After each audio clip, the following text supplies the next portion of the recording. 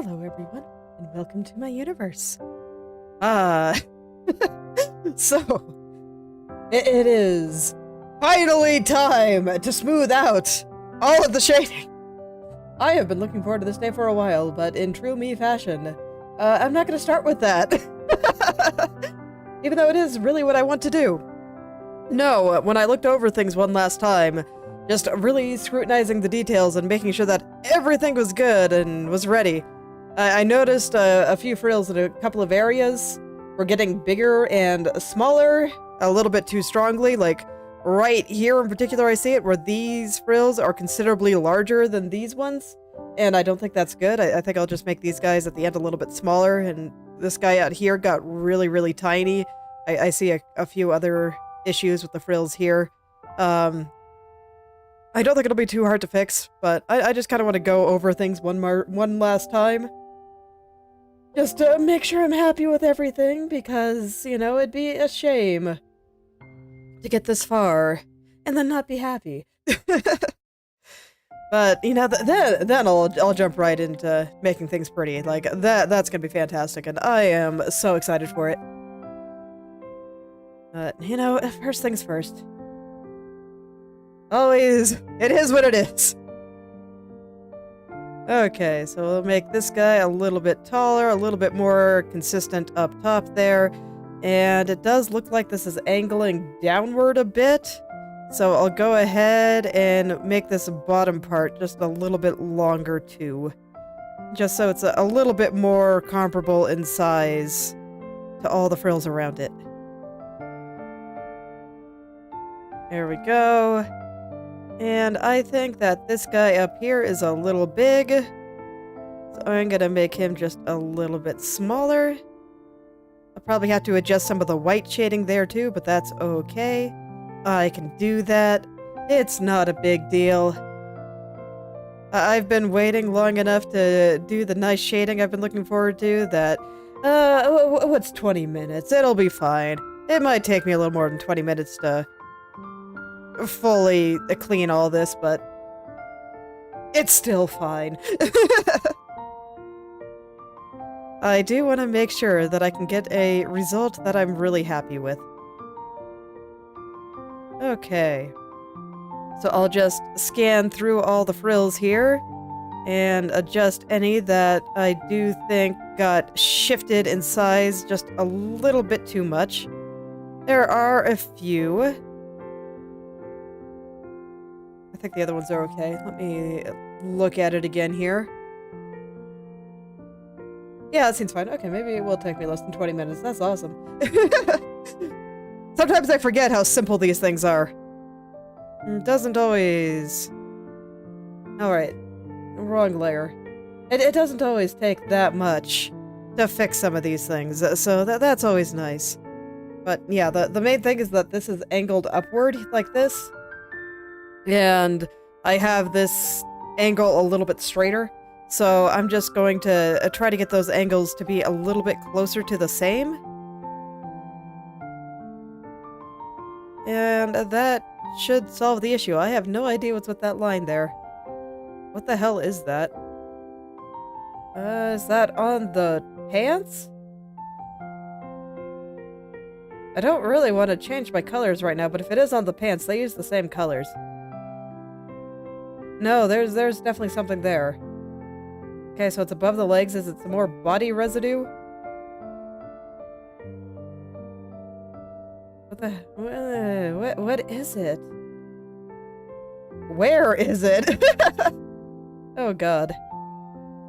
Oh, this is awkward. But I gotta find it, because... Ew. It's so gross.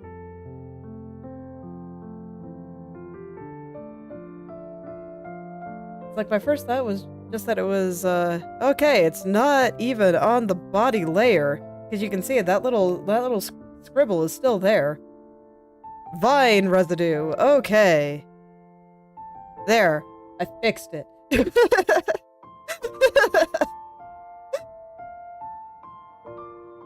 It's amazing how much those tiny little things can bother me, but oh god, do they bother me so much. Okay. So if I'm gonna do that, I want this little fold in the frill to be a little bit smaller. And do I want to make these guys a little bit longer? Not really, but I also kinda don't want to erase these guys too much. So I'll just liquefy them upward just a little. I will have to straighten out the edges just a little. They actually don't look too bad. So maybe I don't. Yeah, I guess they look fine. Okay. I'm not gonna worry about it. If it looks fine, it looks fine. Okay. I think these guys seem okay. This guy has a couple of long ones. Like, this one feels really, really long. So I'll just kind of casually adjust this.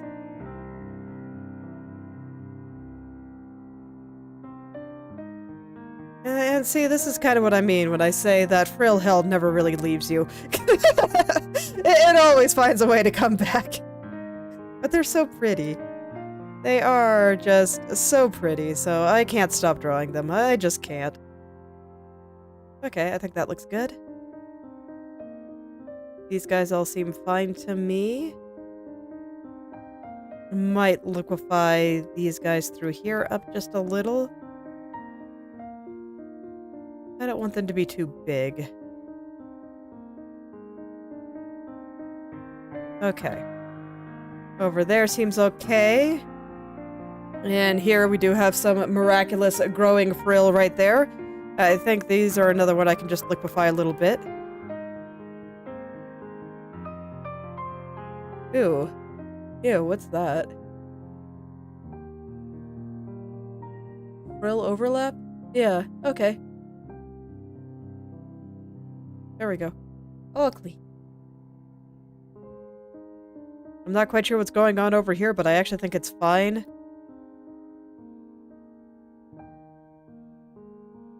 Then we'll go through and get these guys. They just need a small trim. It's not that much. Just a tiny little trim.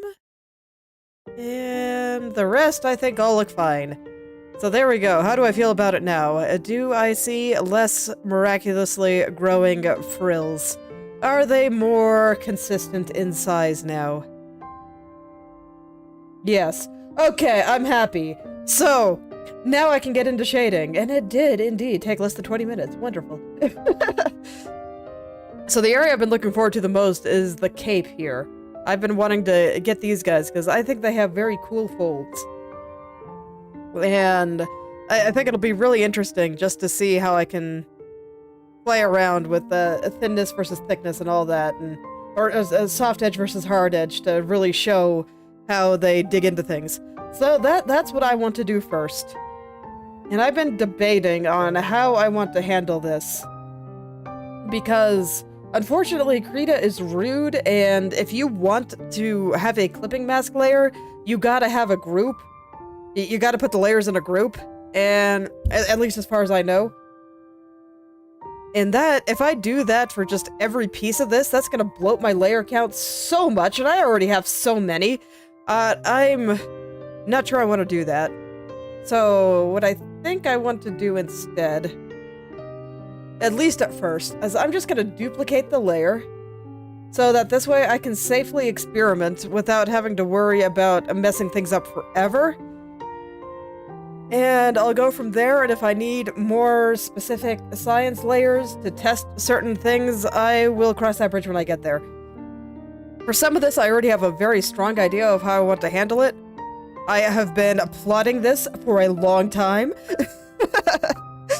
So, I'll just get in there. Let's see. I'm just considering which ones I want to be soft. Which ones are kind of flowing into each other. I do think that this transition here will be pretty soft. No. I'll keep the trim.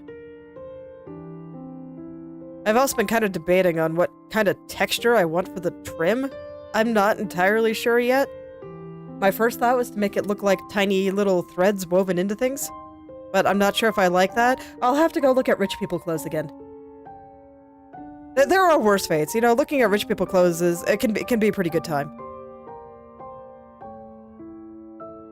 So I'll have to decide what kind of finish I want for that. Is this the right color? I think it is. Yeah, I picked the right color. Yes. Yes, I did. Oops, wrong color there. Ooh, but that actually has a potential. I will keep that mistake in mind. So, to explain what I was seeing here, I mean, when it was slightly lighter, it kind of had almost a feeling of reflected light in a few places, and I think that's kind of cool. So, I will keep that in my thoughts. You know, happy accidents, as they say. So here, I think this one I'm going to keep a little bit harder because I want to make it look like that shadow is... let's see, I don't know how to explain it in words, so I'll draw a little picture. So we have this draping there, and I kind of want it to look like it's doing something like this, maybe. Where we got a little bit more sagging down into a pit. So I will keep this top piece a little bit harder. Not quite as hard as it is, but a little bit more. Or a little bit more than what I did over here. And over here, I think it actually stand to be softened up just a little bit more. Right now, I'm going to keep myself zoomed out at 100%. Just to give an idea of what it will look like when people actually look at things and I don't get too caught up in minutia, because that sounds like something I'd do. Alright, I think I want to get this highlight now. This I want to be blended in pretty seamlessly. This should be a nice soft gradient into this, the rest of this red part here.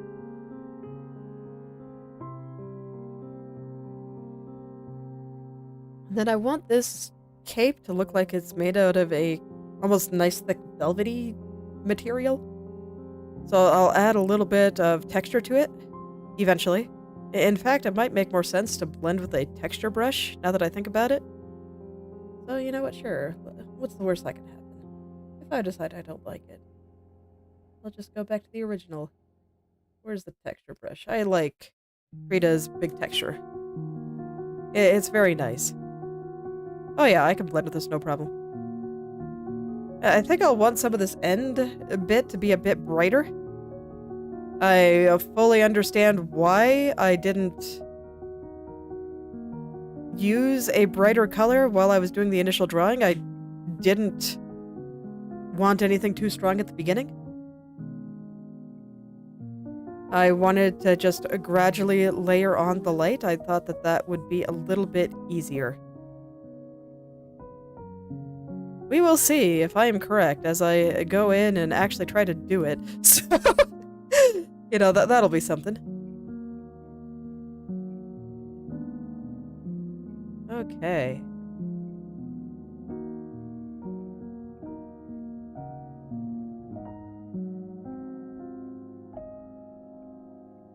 Yeah, I kind of like this. I think I like doing this a little bit more than the airbrush. The airbrush did leave things really, really smooth, but I'm not actually sure if that suits the material I have planned in my head. So, I'll stick with this texture brush for a little longer. See what I can do with it. Just see what happens. But I like where this is going. Right here, I think I want to be pretty smooth, but, you know, not too smooth. But here, I'm going to keep a fairly hard edge of, once again, just making it look like there's a little bit of a pit there that the cloth is folding into. Very large, heavy folds.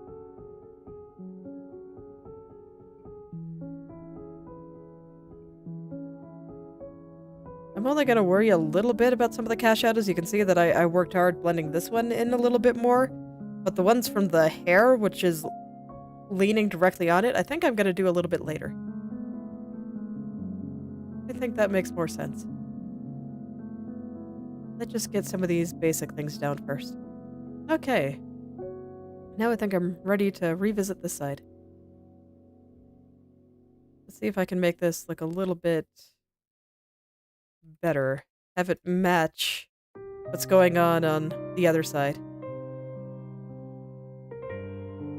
Okay, no, that's good. I'm definitely gonna want to do something like that at some point. But it's not yet time. Gotta be patient. I hate being patient. I do. But I gotta.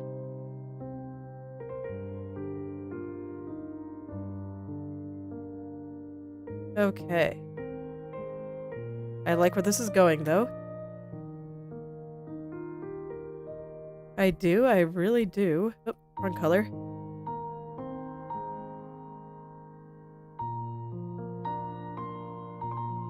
And I can already tell that I am going to want some more light colors over on this side, where it's getting into the light area here. I'm not entirely sure what color I want it to be just yet, but it'll certainly be something. I don't think the color I have is actually light enough. This light color is very nice, though, so I'm gonna pull it a little further out. And I'm even gonna put it into the shadow areas in these lighter, the area facing the light here. I am gonna get to play with all sorts of interesting light things as I go through this. This is exactly why I've been looking forward to it. Let's get this as soft as her face. I think there's still a little more work I want to do with her face, too. I like her eyes. I might mess with the eyelashes just a little, but the eyes themselves I think are pretty good. And I think the mouth is okay, but I'm not sure about her nose and cheeks yet. I love her hair, though. I don't think I'll touch the hair anymore. At most, I might just make it a little bit transparent around the eyes. You know, the things that you do in anime drawing a lot. That a lot of people do. I actually normally don't make the hair a little bit transparent. But I think it might look good here. So I'll mess around with that when it comes time to work on the face a little bit more again. And I don't plan to work on the face anymore until the clothes are done.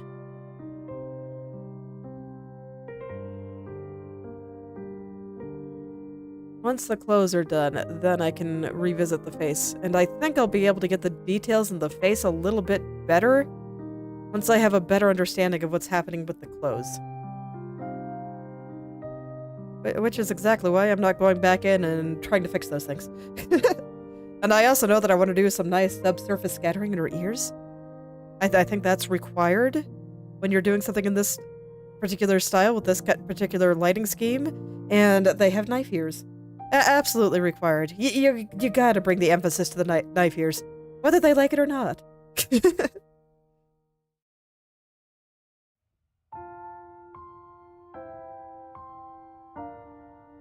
Okay, and yeah, I do think that the texture brush is bringing out the texture that I want here. It's subtle, but that's the point. It's not supposed to bring a lot of attention to itself. It's supposed to be a little texture to make things feel a little bit heavier. I think that's a good way to put it. It's a heavy cape. Texture should feel a little bit heavy. Okay, I see that I did not have a shadow there like I should have, so that is now fixed. Does look like over here probably needs a little bit more shadows too. Just a little. So I think this side is looking pretty good, except for the fact that I want a little bit more light around the edges. I'll go ahead and start bringing a little bit of that light into the shadows. But otherwise, you know, I'll hold off a little bit. There we go, because if I'm gonna pick a new color, I'd rather do all of it at once. Just so I don't have to bring up my swatch constantly. That kind of thing always annoys me, so. Okay, this shadow here is from the flower, but this shadow here is from a fold, so I'll blend it in a little bit more, but this one will stay pretty hard. And this is kind of how I think about my shadow textures and whatnot, and how blended in that I want them to be. I mean, lately I haven't really been blending them in at all, but you know, back when I actually did these things, this is how I thought about it. It's okay. I'm glad to see that the skill has not really been lost.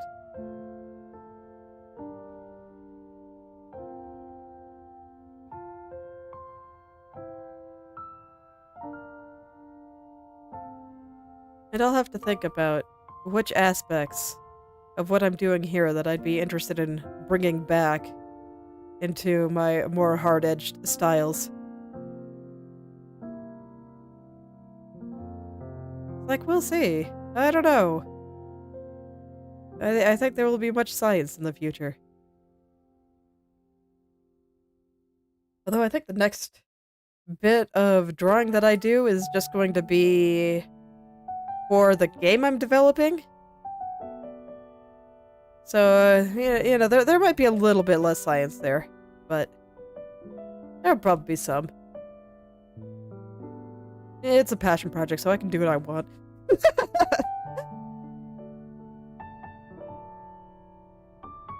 Do whatever the heck I want. It's beautiful. Alright. Blend in this shadow just a little. Not a lot, though. And then I think I can get the basics of the cast shadows on the hair now.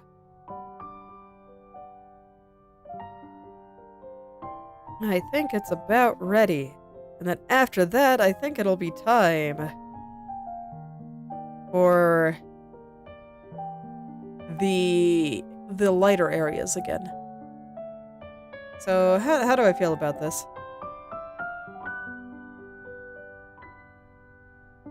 Yeah, I mean, I think that has about the texture that I want it to.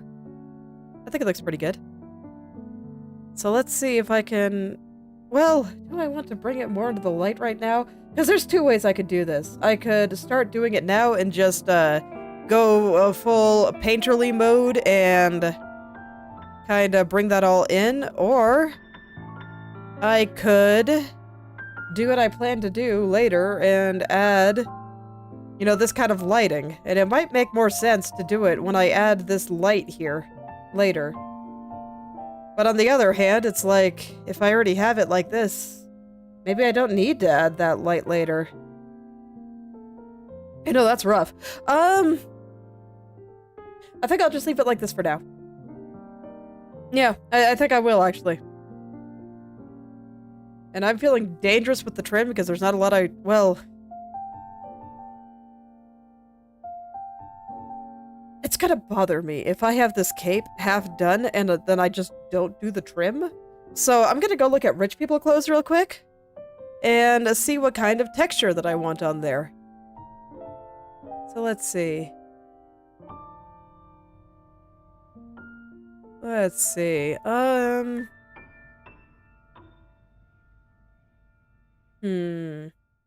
Fancy dress with trim.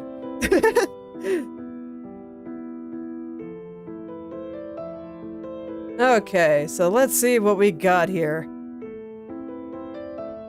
What kind of material do they typically use for this? There's lots of options.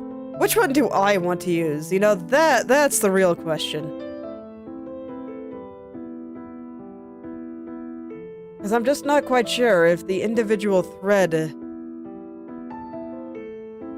is exactly right. That's always the question.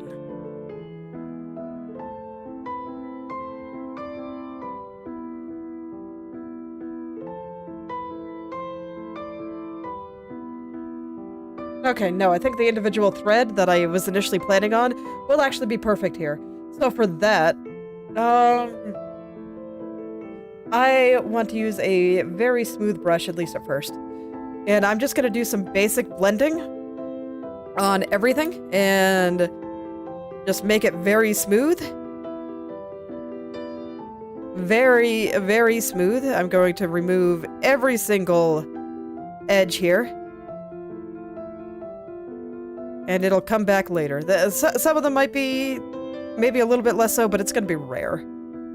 Exceedingly rare. For the most part, I want those edges to disappear entirely. Entirely.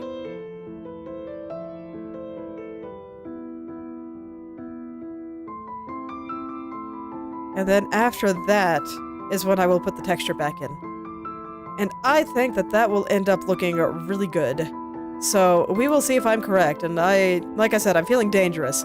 So I'm just gonna draw directly on this.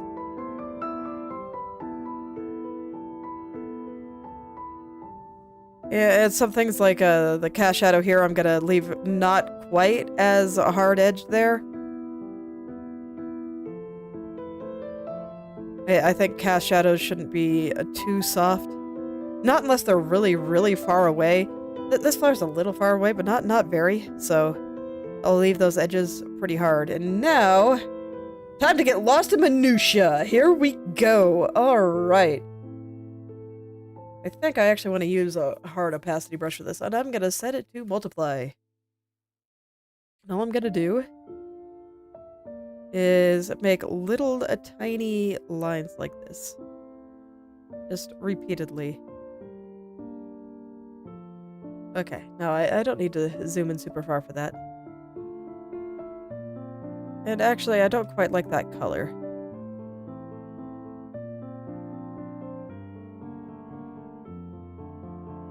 Okay, so I have you this color.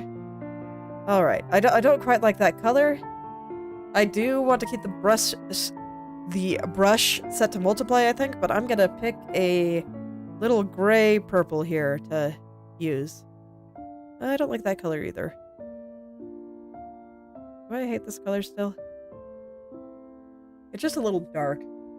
Maybe I should lower the opacity of the brush instead. Yeah, that's better. Okay, so we're just gonna have a million of these little lines here.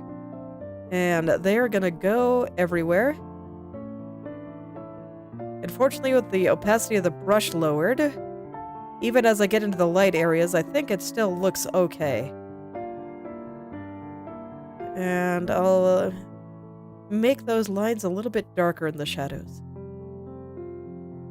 Go over them a few more times. The thorns get to go at a slightly different angle.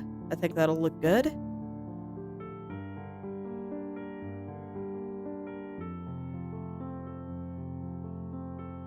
And then, as I finish it up, what I think I'll do at the very end is make a few kind of come off. I'll explain what I mean once I get there. But for now, this is what we're gonna do on every single one. It's actually not very time consuming at all. So the plan right now is we're gonna start with the dark lines, and then in some of the lightest places, I'm gonna add a few more highlight lines. And I'm gonna use the nice bright color I got here. I think I have it safely hidden over there, so I'll be able to get it nicely. And we'll add some lighter spots, and I think that will make it look like just a ton of individual little threads going around here. I think it should look pretty good. Just like it's woven in there. And if it's woven in there, it's going to have a little bit of roundness to it too. So I think I will also take my airbrush and do what I did with the vine last time. And just, I don't know, go over the edge. It'll be great. Just to give it that little bit of round feeling.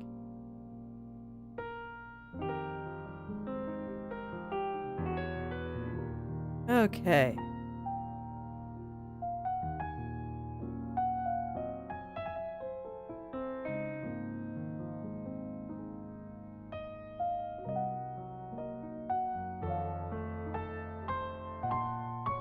Yeah, and I'm already almost done with the first pass. It's super easy. It's really very, very easy. There's just a lot. I'm trying not to push too hard. I think I might want a little bit more opacity for this side because I want things to be a little darker. So, yeah, this makes it so I don't have to push quite as hard, which is good because my hand was starting to cramp a little bit. So that would be unfortunate. Yeah, I like to think really hard about the textures of these things. What it's made out of. Especially when I'm going to detail on things. Especially when I'm going in do a lot of detail on these things. Alright. Well then, where do I want to go from here? Oh, I missed a spot. Okay. I better get that first. Can't miss any spots. Gotta get them all, always. Okay, I think I'm gonna finish kind of the rest of the threaded areas. And like I said, I kind of wanted to put a little highlight on that. So let's set this to color dodge. We're gonna go all in on making this shiny. And a little bit more opacity here. It's not quite shiny enough.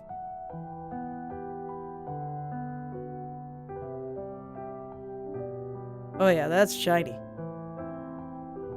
And I'm going to be a little bit more sparing on this than I was with the shadows. Especially in the shadow areas.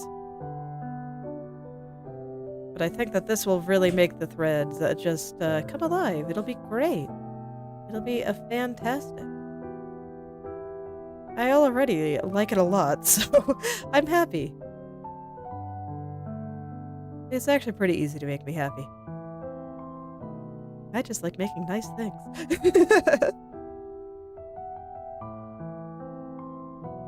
I do hope Katya likes it, though, nonetheless.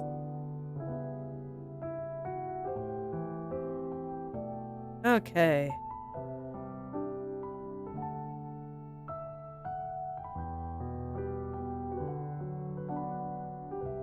Hum.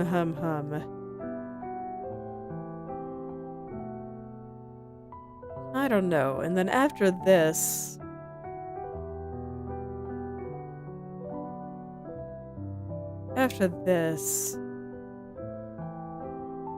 what do I do? I think this will be the point where I make the thread a little bit rounder. So I think now is the time to set this back to normal. I always like to reset my brushes when I'm done with them. And this part I actually do want to zoom in a little bit on. And then I want to add just a little bit of dark at the bottom here. Blocked, right? Okay, good. And this will make the thread look a little bit more three-dimensional. And let's see, we probably do want a little bit at the top here, where it kind of starts rolling back into the... So if you picture a thread, they're going to be going around things roundly. I can't do it here, okay. So they're like going inside of the surface. And that's kind of how it works. If you think about threading something through a needle, it goes literally inside the clothes there. So it's going to be rounded. It's going to be round because it's going back underneath everything. So that's what the little shadows on the top and bottom are going to be for. Just showing that it is going inside. And it should make things look just a little bit more three-dimensional.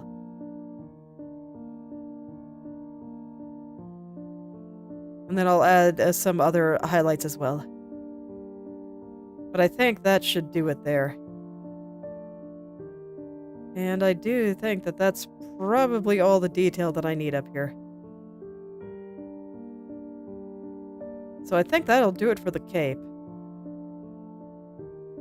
And honestly, with as nice as that looks, I'm feeling dangerous. So I think I might just draw directly on some of the other layers, unless I'm really not sure about what I want to try.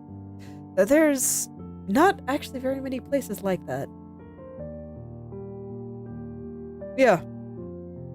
But nonetheless, I'm gonna go and do the places that I've been the most excited for, so next is gonna be the skirt.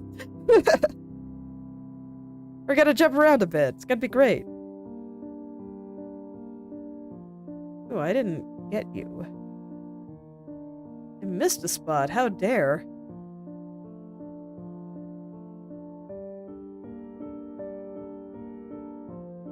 Okay, now you're doing the thing. All right. And then we'll get a little bit of color dodge, a little bit more opacity, a little bit brighter of a color. Okay. Now then, back to what I was doing. Definitely don't want to miss any spots though, that's just too sad. Alright. As you can see, I'm just lightly going over the top and the bottom there. Ever so slightly. So much so that it doesn't actually feel like it's doing what I want here.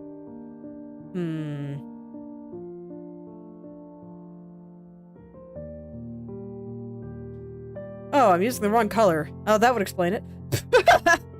Okay. I was like, wait, why isn't this working anymore? Yeah, wrong color.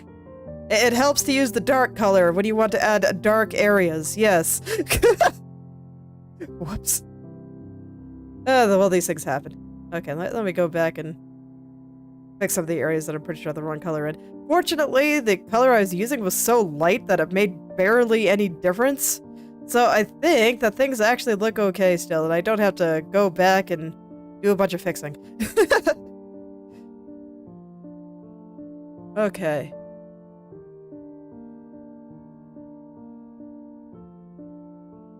Where was I anyway? Yeah, I don't know. I like this little texture I got going here. It's a simple little guy, but I think it adds a lot. Actually kind of lets you get a glimpse into how this thing is made.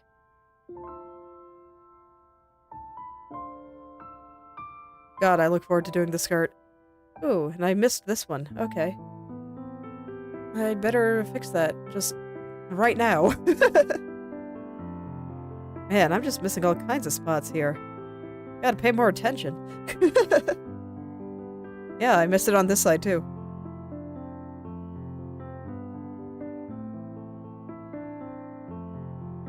Oh man, this is already just making me ridiculously happy.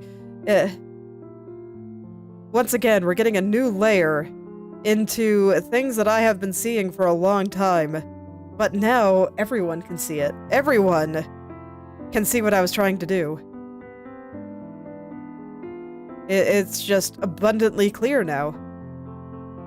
And look how much softer this cape looks now. Compared to how it was before I did all that. Feels so good. And I'm even gonna do something a little bit differently with the skirt, because it's made out of a slightly different material, something a little bit thinner and lighter. So I'm actually not going to use the texture brush to blend that. I'm going to use just the airbrush. And it'll be great. It'll look wonderful.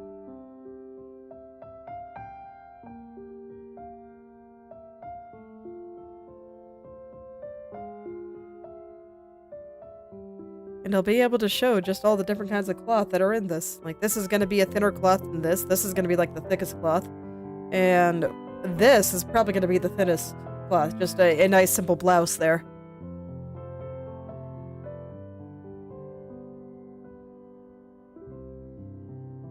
And all of these things have been sitting in my head as I've been making all of this. This is kind of another reason I've been wanting to experiment with shading styles a little bit, because I do think it's easier to express cloth texture when all of the edges are not super hard. You can still do it with a lot of hard edges.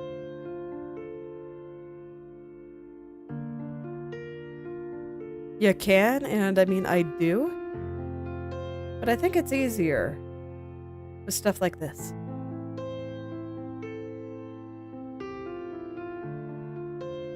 We'll see how I feel about it as I keep going. Okay, so I think that's good. Let's get the highlights in. I think I'll do color dodge again. I think that worked pretty well. So this is just going to be in the center. And here, I'm going to do it much more jaggedly than I did the shadows. You know, I did the shadows largely in one fell swoop. But here, I'm not going to do that. I'm going to be just dabbing my brush up and down. Just to show these little light areas. I do feel like you gotta be way more particular with highlights than you are with shadows. Shadows can kinda go out and do the thing. But highlights, I always feel like express texture a little bit better. I want this highlight to be a little bit higher up. There we go. Right here. So, yeah, I feel like they express highlights a little bit better. So I try to make them more textural. When I can, and when it makes sense to.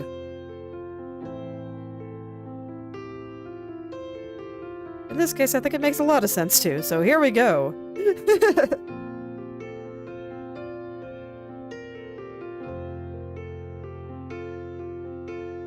Okay. Yeah, no problem. You know, this is one of those things that probably looks like it took a lot of effort, but it's actually, like, super easy. Okay.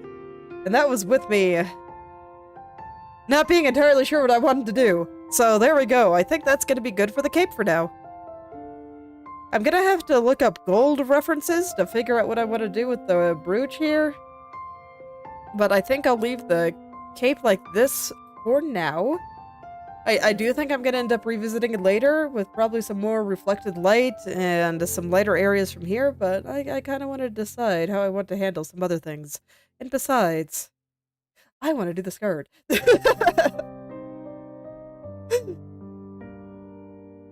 So let's go.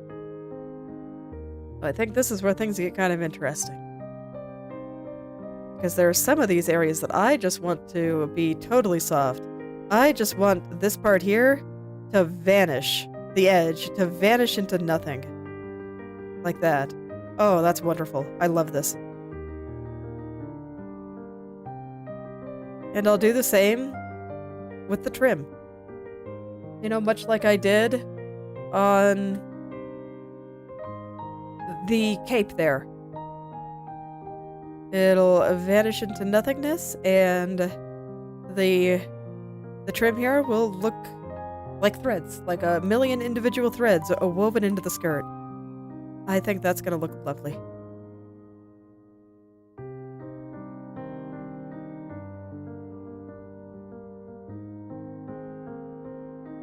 Okay. I already really like where this is going. I'm gonna have to be a little more careful around the cast shadows. Gonna have to give them a little bit more attention. But for now,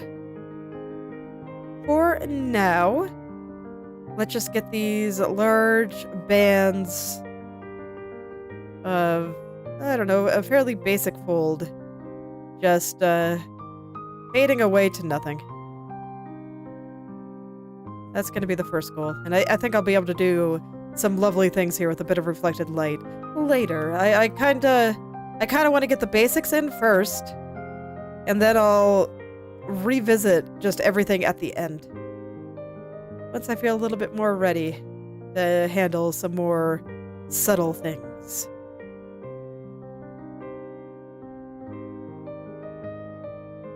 Okay. Let's get some of these little folds in here too.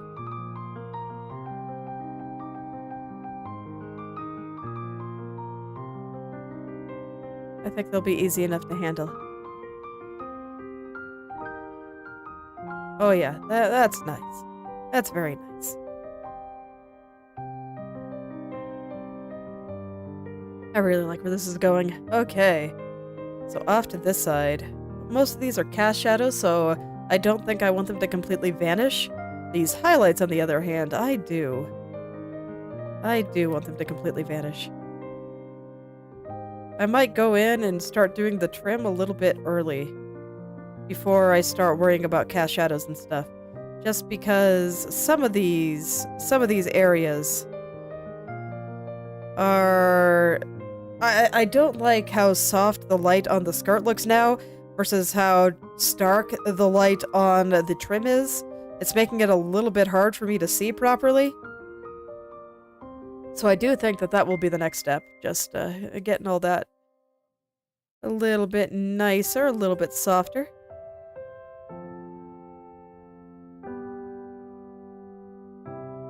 And once again, you know, you're getting to see some things that have been sitting in my head for a while. I always knew the fold would do something like that. But now everyone can see it.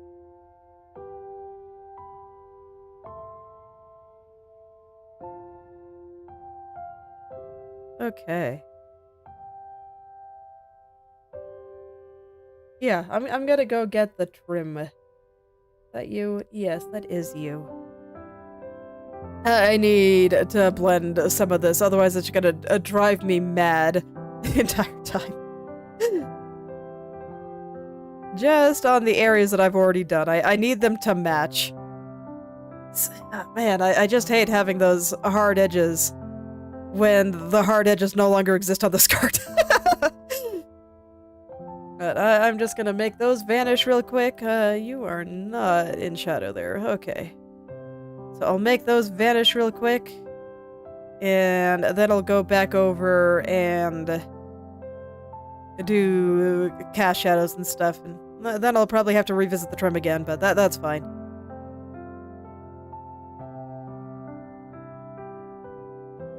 Okay, so only a little bit left, fortunately.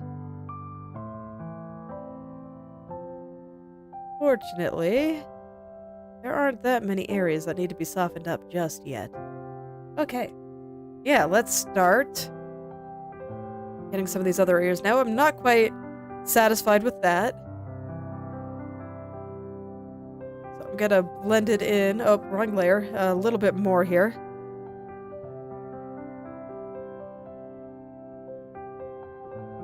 Yeah, there we go.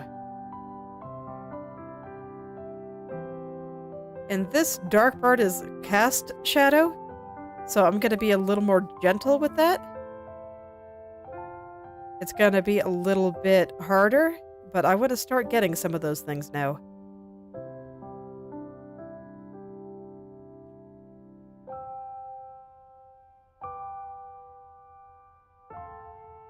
There we go.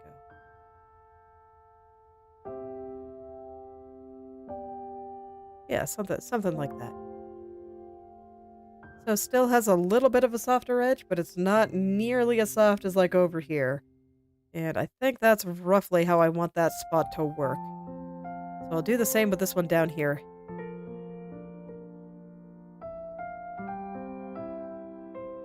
And I'll do something similar with the frills. I don't think that they actually use the super dark one. They might, but I'll go ahead and color pick there.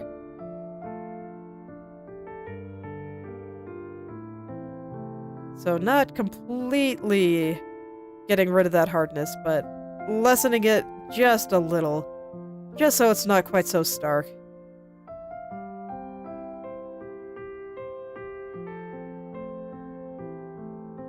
Okay.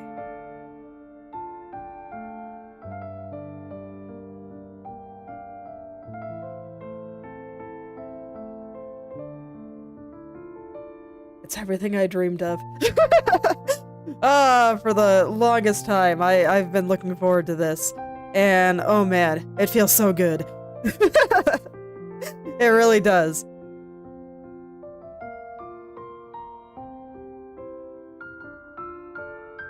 Alright, so let's see here. What do I want to grab next? Well, it's going to be a trim. Yeah.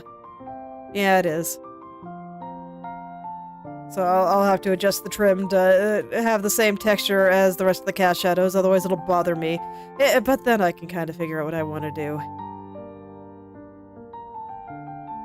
I guess it's still one thing at a time. I guess. Sometimes I wish I had more hands. And that my tablet here could take more than one input. That would be fantastic, I swear. I'd get so much more done.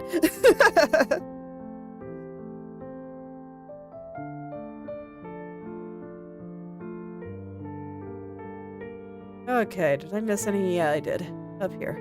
Oh, you are not the right color. Oh no, you are.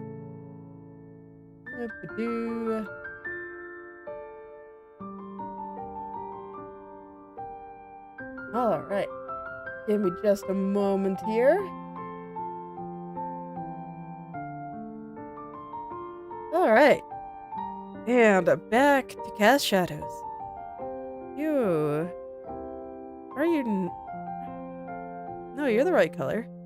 Yeah, there we go. For a second there, I thought I had the wrong color, but no, this is right. This is right. Okay, and then we can get that a little, and there's a few more just up here, just waiting to be blended in a little. Just a little. Always just a little.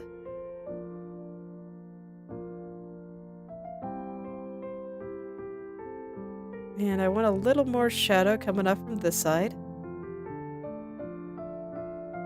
And then I need some fairly hard cast shadows for these. But Krita's airbrush is awesome and actually does let you make some relatively hard lines if you push really hard. So, it's very easy to use. I like it a lot. It was, one of the big things that made me switch to Krita over Photoshop was I hated Photoshop's airbrush. But I like Krita's. Krita's is great.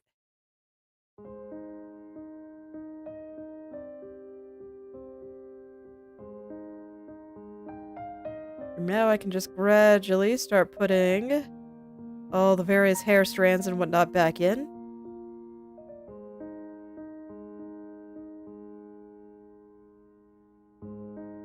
Okay, did I miss any spots? I want to take a quick look over here.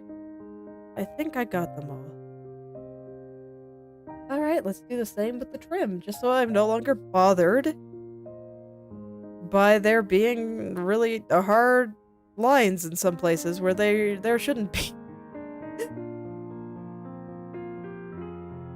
They must match. They must match. It's the rules.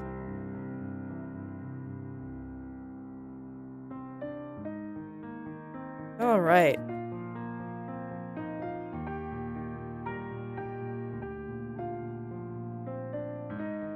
But you know, much like before, just gradually go through it all. One by one. Blend it all in. It'll take a little while, but that's okay.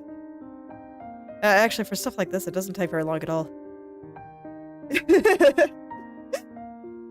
I'll bully them as much as I want. They have no place here. This is softly shaded, not hardly shaded. They just have the misfortune of being in my picture. Where things must conform to my vision and not theirs.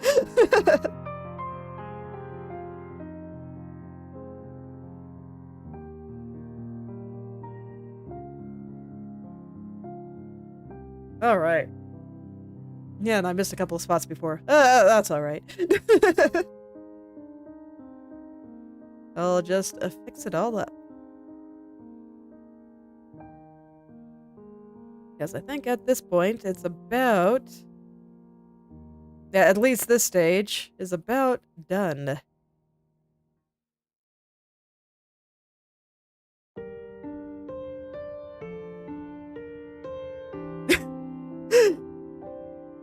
Yes, exactly. I mean, I can't do it in the real world. That's fine. I don't think I'd want that kind of responsibility in the real world. But in my pictures, no. What I want to have happen is what happens, and nothing else gets a say. And I don't care what they have to say. It's mine. I'm gonna make it look the way I want it to look. Always.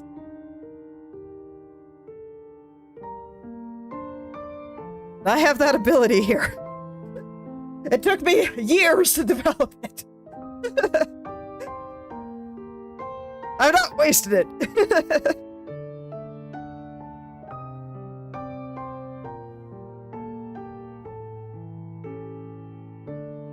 Okay, yeah, I think all that's fine.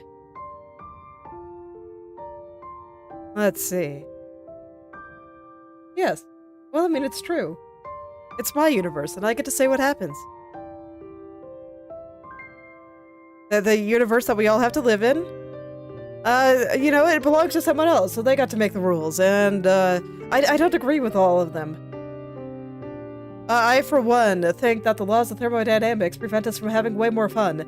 So, at least in the ones that I make, I get to make whatever rules I want. And for this particular picture, soft shading. All the way through. Okay. So I think that's good for skirt first pass. I guess I'll go do the back. And then I think I'll do the trim. Oh yeah, that's right. I wanted to do... Oh, what? Is the Dark Souls universe soft? I never really, felt that way. Or is it just, somebody else has full control over it?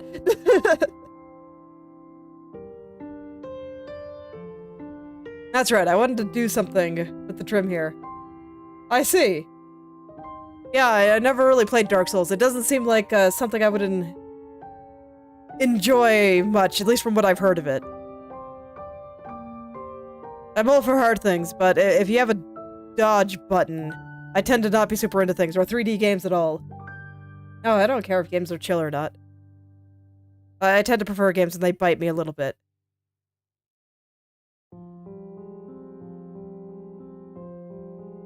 Look, I play games to indulge in other people's universes, so I don't mind playing by their rules. That's right, I wanted to erase a little bit around the edges here, just to make it a little bit less, firm and a little bit more thready.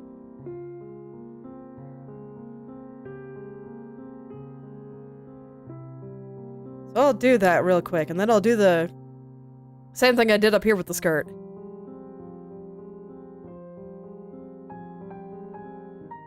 Okay, this side should not get threadied.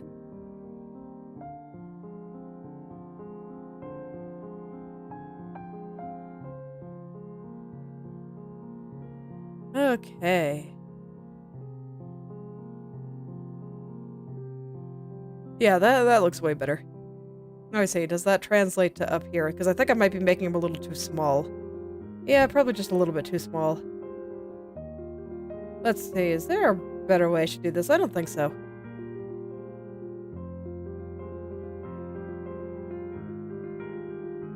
Okay.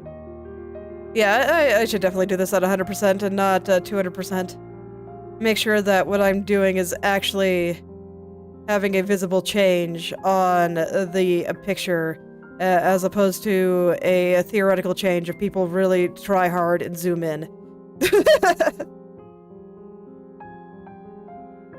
Okay. So let's get this looking a little bit more thread-like. I was just talking for a while about how much I like expressing different textures in cloth.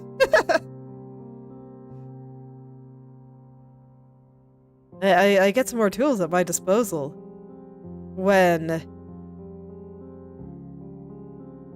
I'm able to blend things in a little more strongly. Lately, a lot of my drawings have been strictly just hard-edged, almost cel-shaded in appearance, so we're doing some new things here, and I kind of like it. I don't think I'll completely give up my hard-edged stuff, but I might be able to introduce some new things to it. That's the nice thing about doing science with art. You learn things, and you get to try things, and it's fantastic. It's kind of making my hand cramp, though. Since I'm using such a tiny brush for all of this.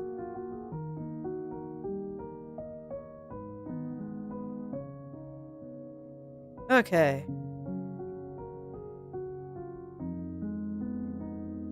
Oh yeah, mostly I just didn't want it to be quite so even, because I don't think any kind of thing woven with millions of tiny little threads would have such an even appearance.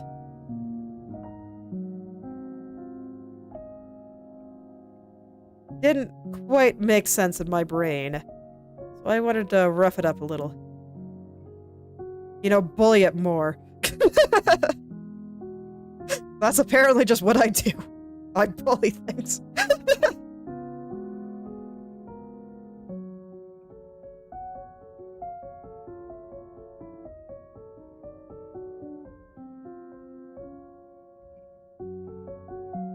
Okay.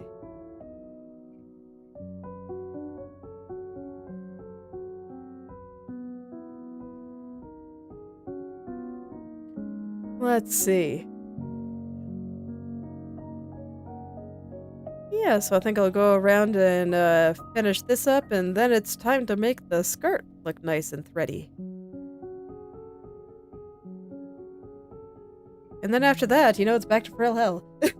I think Frail Hell will actually be pretty simple this time, because I'm just going to do a little bit of blending on it. I'm actually really looking forward to some of that. I'm not going to do the mask yet, but the way I did the highlights over on the frills there, I don't like them at all. But I'm trusting the process here, because I think it'll look okay once I blend it in. But at least for a little while longer, I'm just going to have to deal with hating it. It's fine.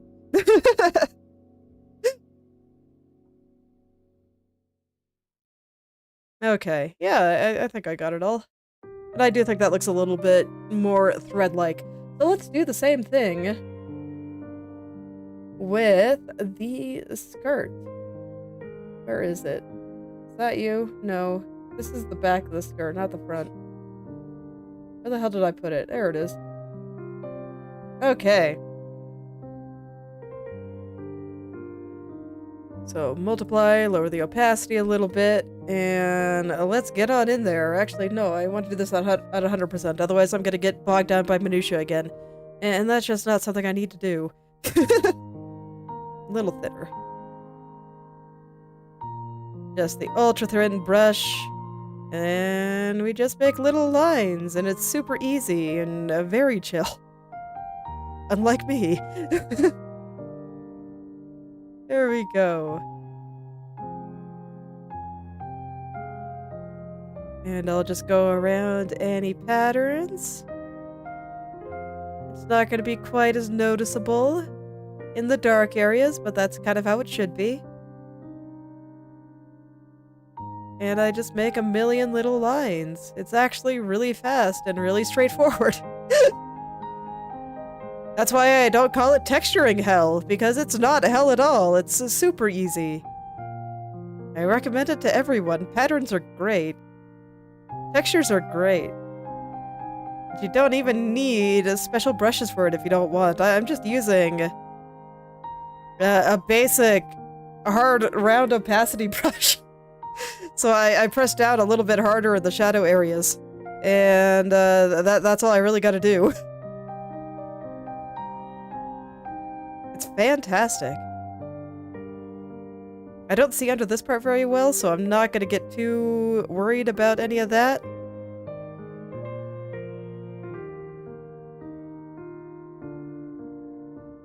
And I am putting a few more dark lines in the shadow areas. But otherwise, you know, you don't need a lot. It's fine. I think maybe a few more through here, but it was looking a little bit bald.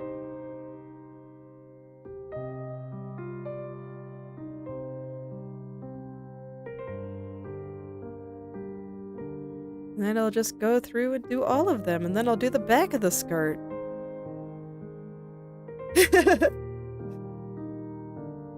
Yeah, it's okay. I'm always happy to have whoever wants to come see how I do things.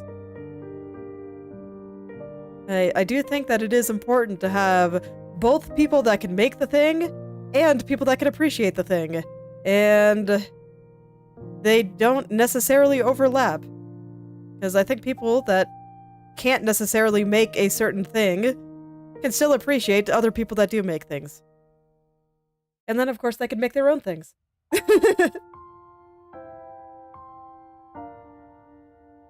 Yeah, and there are... and then you could always make something else if you can't art. Like for me, I can't make music, but I do like listening to music. It's great.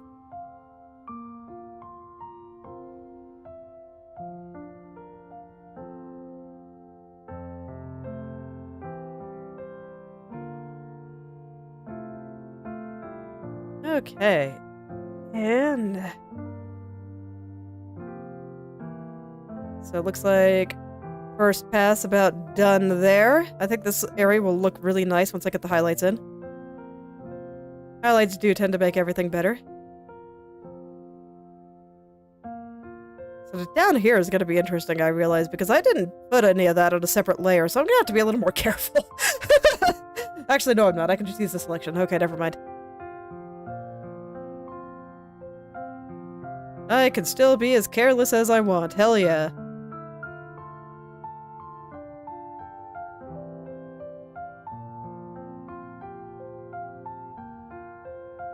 It's times like this that I ask myself why I put so many patterns on here. They took a long time to draw in the first place, and now I have to texture them. It's okay, they look nice. It's worth it.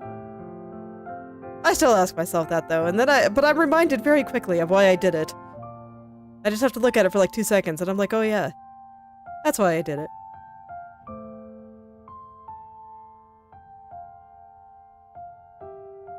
Precisely, it is because it's cool. Okay, even if you are just a dude on the internet, you get it. When it comes down to it, I consider myself just an anime girl on the internet, so... it's all good.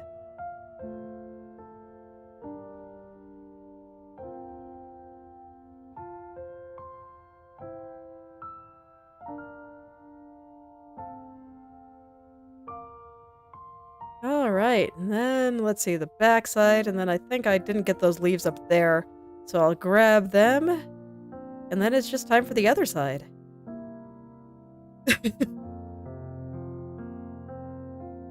Look, I like being an anime girl on the internet, it's great. I get to be whatever I want. That's why when I start stream, I always tell people welcome to my universe, because it is my universe. And I get to do what I want here. It's wonderful. That's the joy of being able to make things.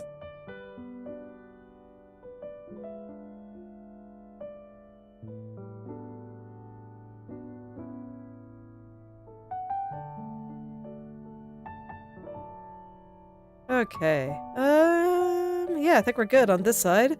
So on to this side. Lines.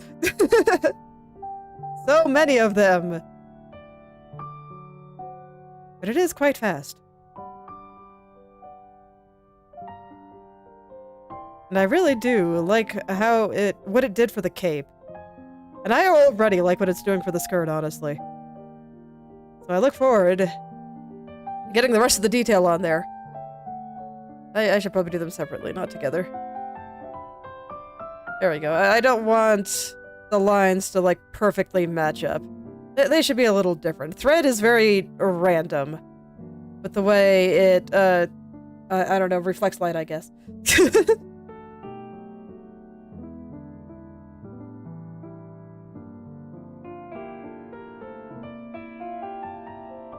There we go. Around the leaf.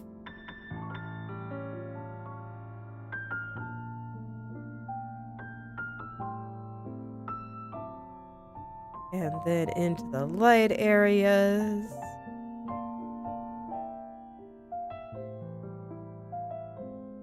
Honestly, with as hard as it was to draw it, I think this area is one of my favorite areas in the whole skirt. Just the way that the light reflects off of that. I think it's nice.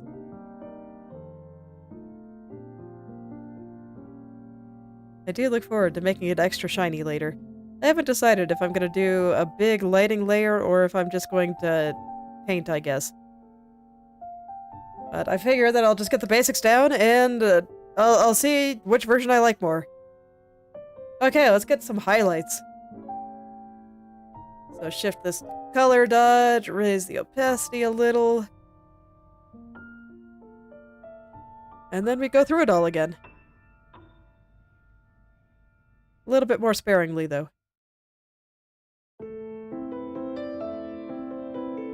Yeah, I think it's probably the hair. Well, that and I was going for sort of a princely style for this one. This side, at least. You know, over here, not so much. This one is supposed to be a bit more feminine. But at least on this side, yeah, going for something a little princely, and then she has the black and white toned hair. Assuming you mean her old model and not her current one. So, no, I'm not really surprised.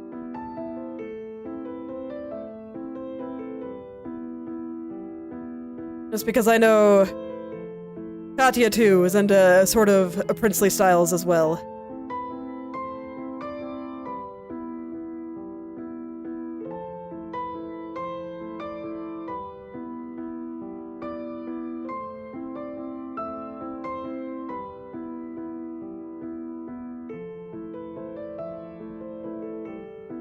So yeah, I'm a bit more sparing with the highlights.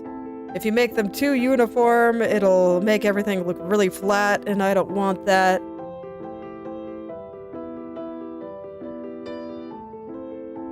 So, a little more sparing, a little bit less sparing in the highlight areas, but otherwise, gotta be careful. And oh my god, some of the trim here is so tiny.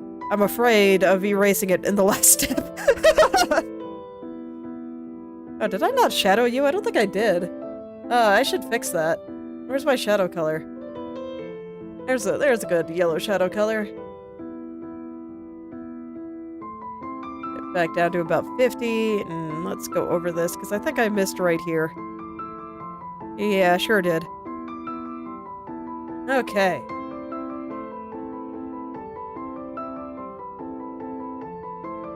No problem. Just gotta go back and fix it. I had the lines going the wrong way.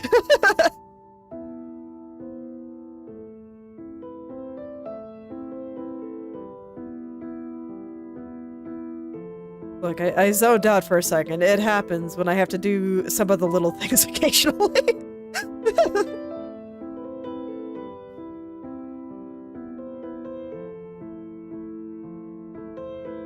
Okay.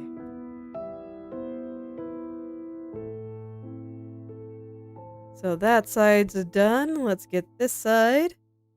And then it'll be time for the next little detail that actually made a huge difference when I did it on the cape. I actually do not drink at all.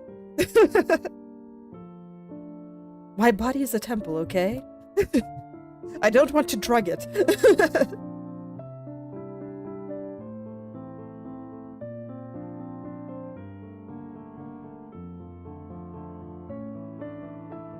But typically what I do instead is I just listen to some things in the background, or... Well, that's when I'm off stream. When I'm on stream, I can't really do that, because then you guys would just hear whatever a random thing I happen to be listening to. And that's just no good. So instead, I just talk to myself. And I start rambling in a stream of consciousness, and it all starts blending together, and it's really weird. It kind of gets me to this weird meditative trance state. And suddenly I become one with the universe, and it's really wild. It does sometimes lead to art mistakes, though. Precisely. Look, I love having people here. It does make it considerably easier to get into that weird state sometimes. You can tell when I get really, really deep into it because I start slurring my words. It's crazy. I probably sound a little bit drunk when it happens. But I assure you, I do not drink.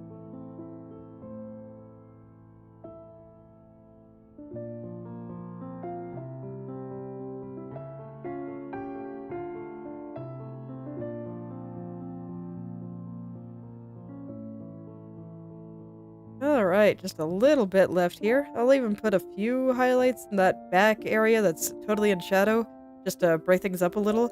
I'm not sure if I want to use this color for it, though. I think I'll use a slightly lighter one. Probably just the... Ooh, I missed a spot again. Oh, okay. I was gonna say, I'll use the base color for the highlights there instead of the highlight color. It's so easy to miss a spot. I hate it.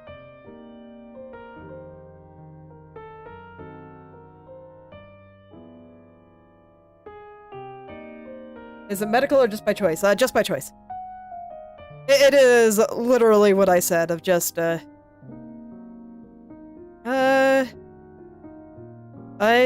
don't like to put my brain in impaired states. So, no drugs.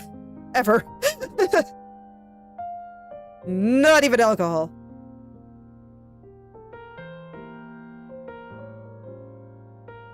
I didn't trim this very well. Oh, I'll fix it once I get to that spot. And also, don't worry, I didn't feel any sort of judgment from that question. You were fine.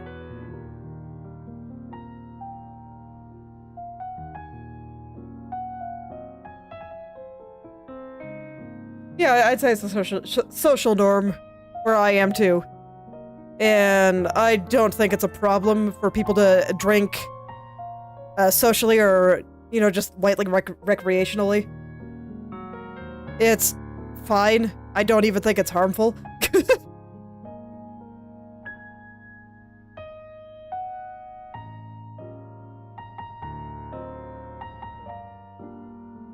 It is just a choice for me.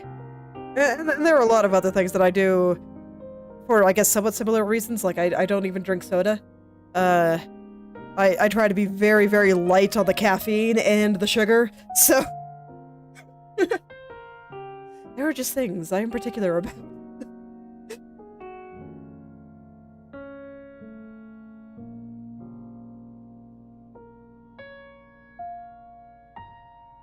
Alright, let's see.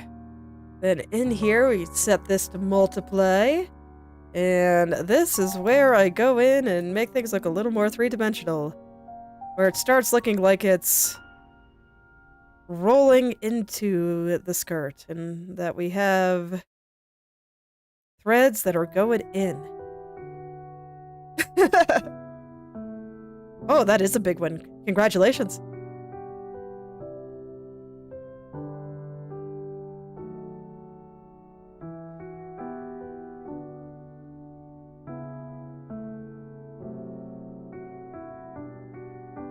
Yeah, for me, soda was especially easy. I drank a lot of it as a teenager until I had these bizarre stomach issues. And it was just super painful to have anything that acidic in my stomach. So, it was very easy to just stop. Yeah, that would make sense.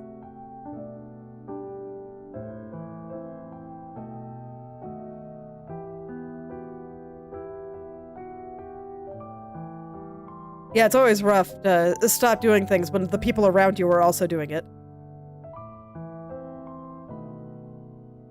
Even if you know you probably should.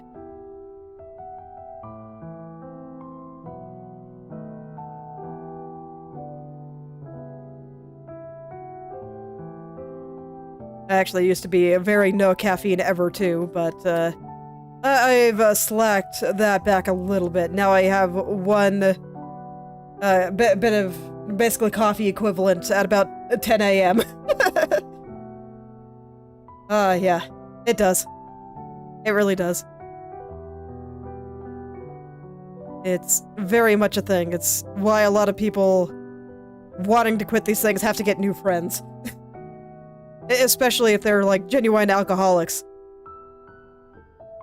And they have a genuine addiction. Often at times it does mean just straight up, gotta get new friends. It really sucks. It's really hard.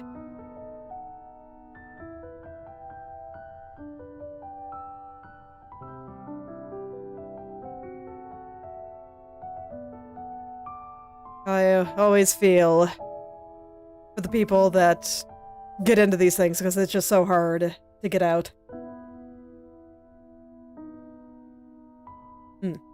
No, I know exactly what you're talking about. I had... especially when I had a lot of work stress, I would eat. So...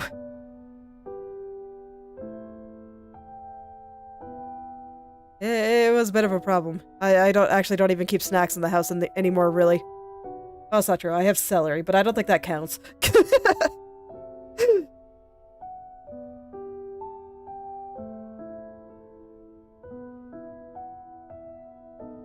Very much a thing.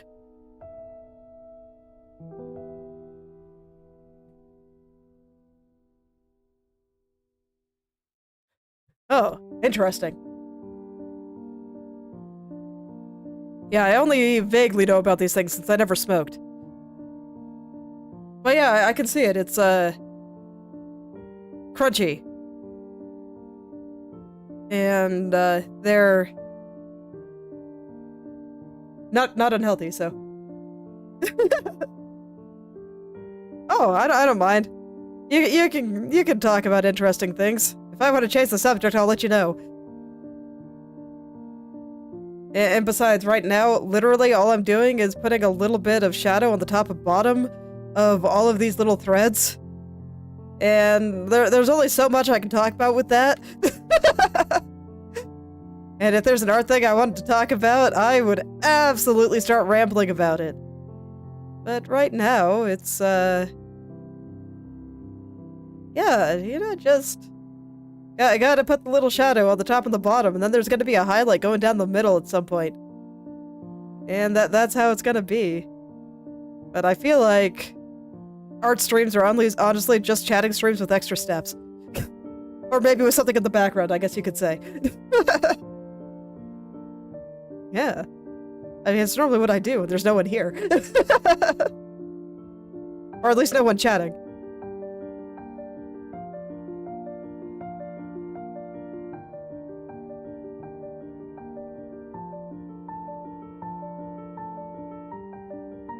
But I do like how things look when I put just a little bit of extra shadow there. Like, it makes a huge difference. You wouldn't think it does, but it really does. It's just one of those things. I feel like once you get past the ultra beginner mode, when it comes to well, any kind of creative work, really, it becomes just how many random details can you cram into things that just make things a little bit better, and they all add up. It's okay. I think that's what art streams are good for. Yeah. Always happy to talk about games and game dev. I mean, admittedly, it's like I don't really play Dark Souls, so I couldn't talk about Dark Souls in great detail. But I don't mind people talking about games they like. It's all good.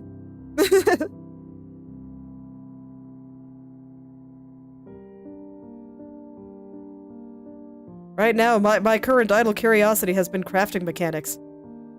So, I started playing Atelier Ryza on stream because I heard that they had good crafting mechanics. So, I'm going to be investigating that. Yeah, I'd say Dark Souls has probably broken into the mainstream. Some of their other ones are a little bit more niche, like, oh god, I'm totally brain farting on their robot building game.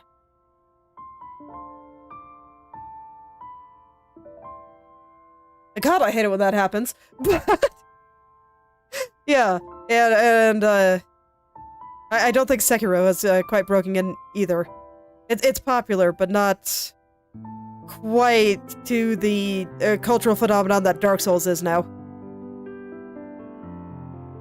God, why can't I think of the robot one? Why can't I think of the name?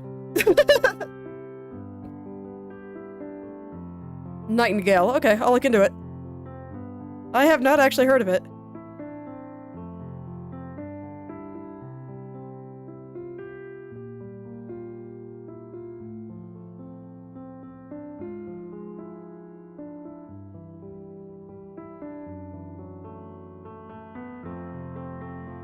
Oh yeah, I've been curious to see where some of these things will end up going, and I totally messed something up there.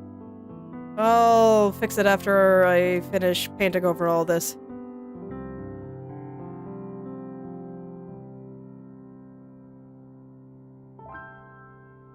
I need a darker color for this back here. That color's not working. Let's get this one. Yeah, there we go.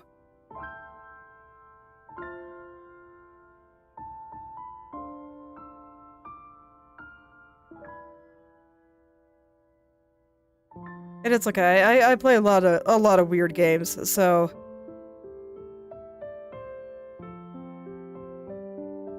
I can probably handle complicated things.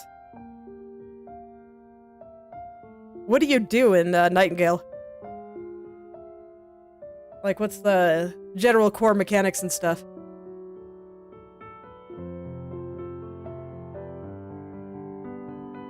There we go.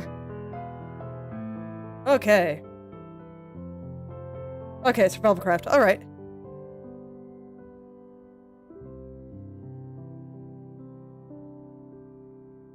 I can get behind that. I've been playing Planckera and having a lot of fun with that, but that one is like super cozy. So at least by my standards. Doesn't bite me at all, and that's always oh, I'm on the wrong layer. And that's always disappointing. You need to be on color dodge.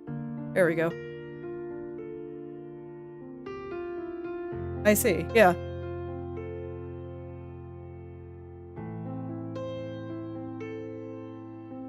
Oh, that's the kind of thing that I'm looking for right now, so I'll look into it.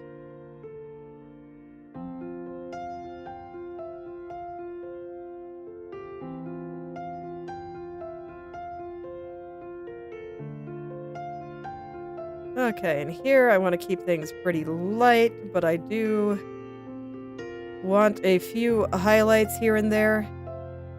I think the brush needs to be a little bigger. Yeah, there we go. I don't want to go too hard on it, though. I'm gonna go back over these ones, because I don't like how tiny the brush I was using was. And I just didn't notice while I was still in the light areas. And it's okay, a few more highlights in the light areas will probably be okay. Alright.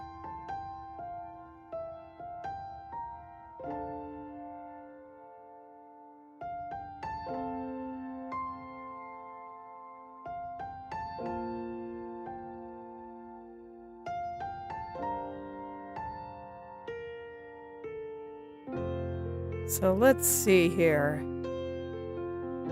I think this is the last little bit. Well, no, I have to make them thread-like. I have to get the erasing in. But after this, it's gonna be time for frills.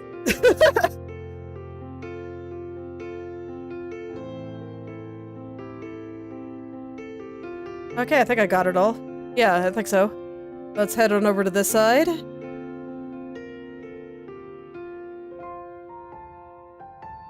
And I'll just run some light areas all the way down. That's too bright. Please be more tempered, thank you. Okay. Phew. Alright.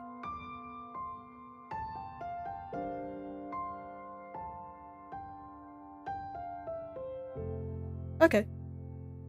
No, that doesn't seem so bad.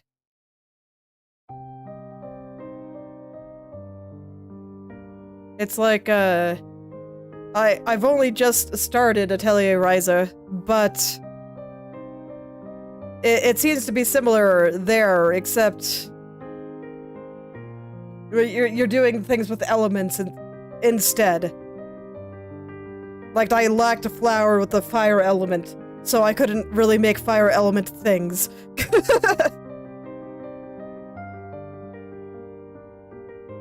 But I don't doubt that it may be more complicated. But yeah, I'll look into it. I might check it out, since crafting mechanics is my idle curiosity right now.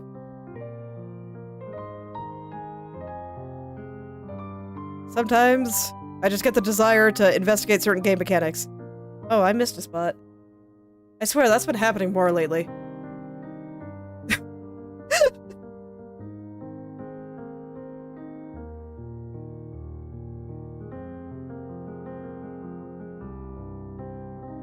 Yeah, I mean, that's why I say it's probably fine, because I don't play video games to vibe. I mean, occasionally I do, but for the most part, no, not really.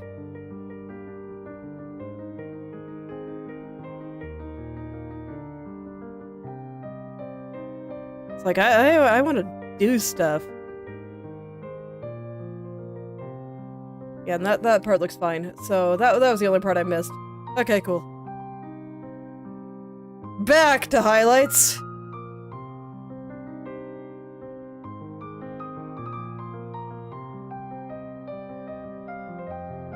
Do I play to win? I mean, probably a little, but I don't know. I mean, I think this is true of most creative things, but I think it's especially true of video games, where, I mean, the game is an experience.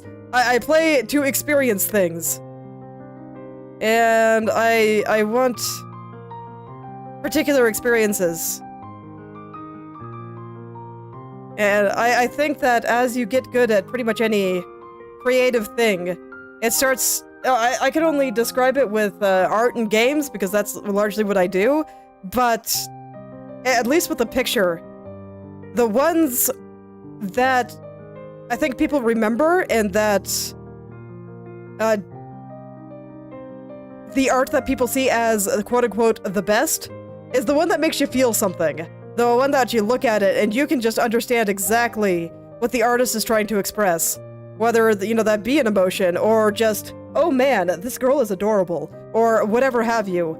I mean, it doesn't have to be anything deep necessarily, but it becomes an experience. You are experiencing a little part of the author's world, and I think it's even stronger with video games, since you are inviting the player, the person experiencing the art, to actually come in and do stuff within the world that you created. So, I think that's a good way to sum it up. You know, I play games to experience a thing, especially to experience a thing that I can't experience in real life. Yeah.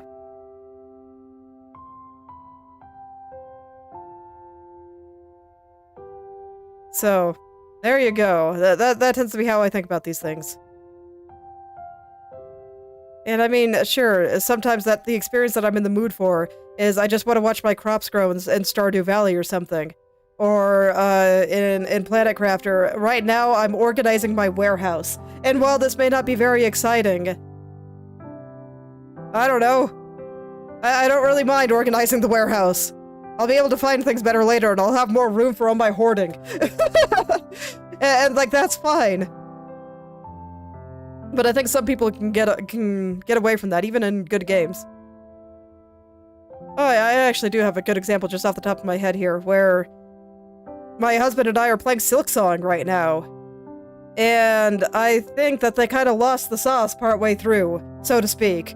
Where, rather than making a game whose experience is difficult, it is challenging, they set out to make a hard game. And these are different things. These are very different things. And I don't think people should set out to make hard games. I think they should set out to make a particular experience. And one of the levers that they can pull there is difficulty. Because sometimes Silksong just feels extremely hateful of the player. And I think part of that is because they wanted to make the game hard as opposed to, you know, a particular experience. And it's a fine line, but I think it is a very important distinction. I have not played Cuphead personally, but I have watched other people play it. I'm not sure if I got the impression that it was hateful.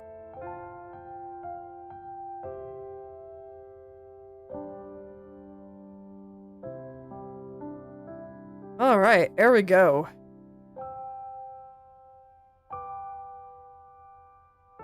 Let's go do some erasing and make it more thread-like.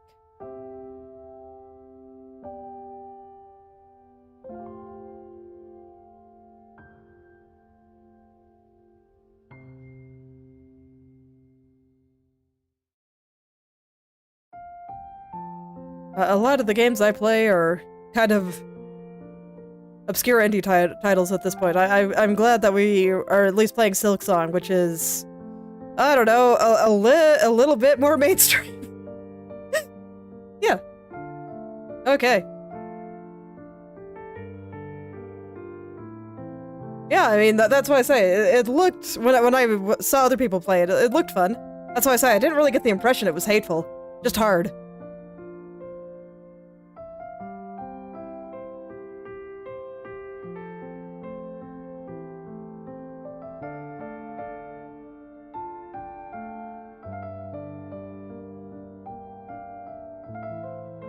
Okay, let's get this all threaded up. Make this a little bit more bumpy. It'll, you know, lead to the impression that it is threads, you know, what we were talking about there. It's about the experience, and this will let you... this will make it more convincing that there is thread happening here.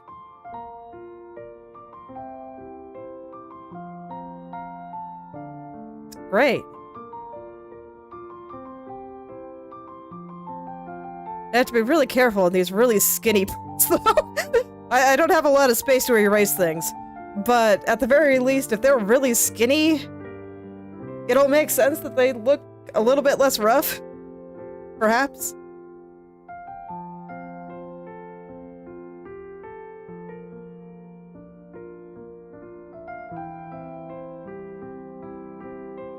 I'll see how I feel about it once I finish it all. Maybe I should add a few...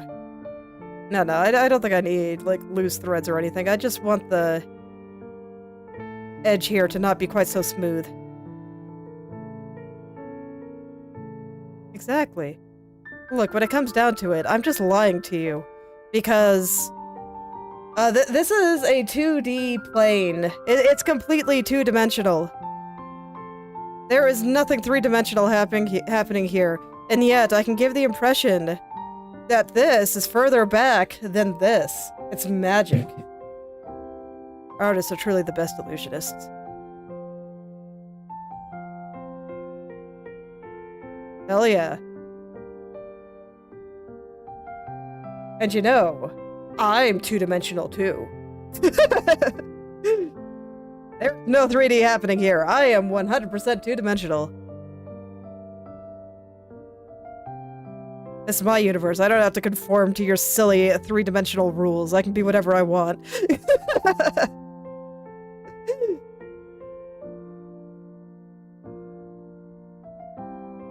That's why I say, I am indeed just lying to everyone as I draw things. There's no thread here, only pixels. But oh man, does it look like thread. Oh no, I am strictly two-dimensional.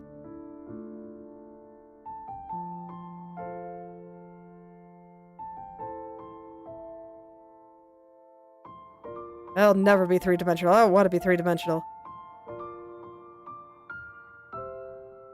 I like being an anime girl on the internet. I mean, if you want to, I guess. Let's see. I think some of these areas are a little bit too light. I'm gonna go back over them after I finish making everything all thread-like.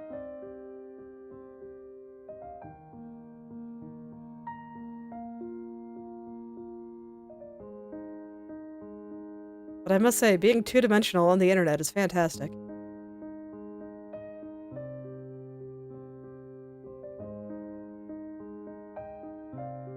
Highly recommend it to everyone.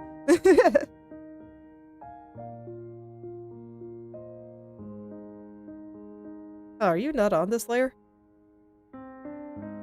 Okay, you're not. That is part of the hair tie. Alright. Off to this side. Halfway there.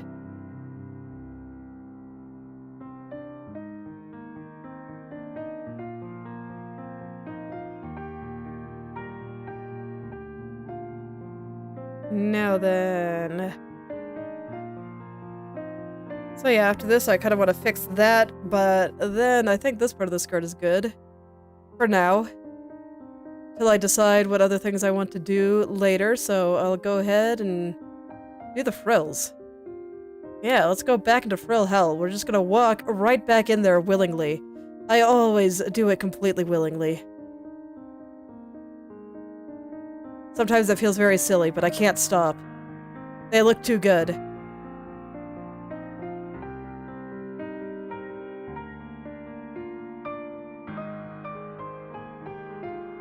Okay, hold on. Hand cramp. Gotta stretch up my hand again. Alright. There we go. I have to press a little bit hard to make this work, so it does cramp my hand after a while.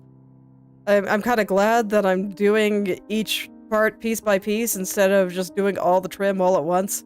Yeah, that's working out much better. It's less likely that my hand will cramp. Or if it does cramp, it won't start to hurt too bad. And even when I go back to do the back of the skirt and all that kind of good stuff, I'm not really gonna have to... I'm gonna have a bunch of stuff to smooth out before I do the trim again. So my hand will have a chance to recover. It's fantastic.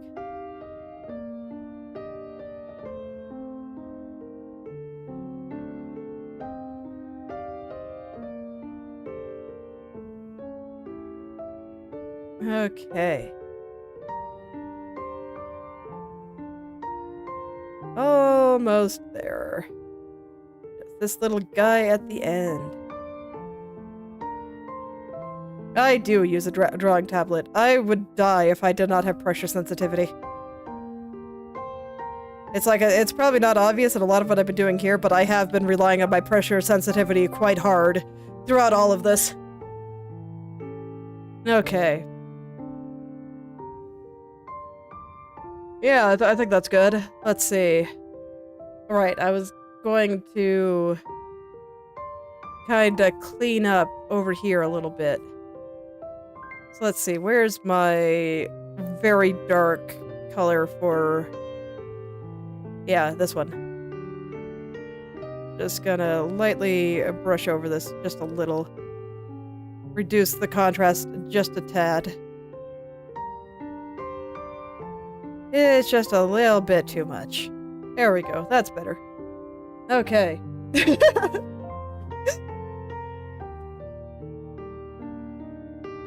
Yeah. Well, you know, it's one of those things I don't really expect people to know. It's not clear because I just do it kind of unconsciously at this point. Nonetheless, thank you. Alright. Frill time!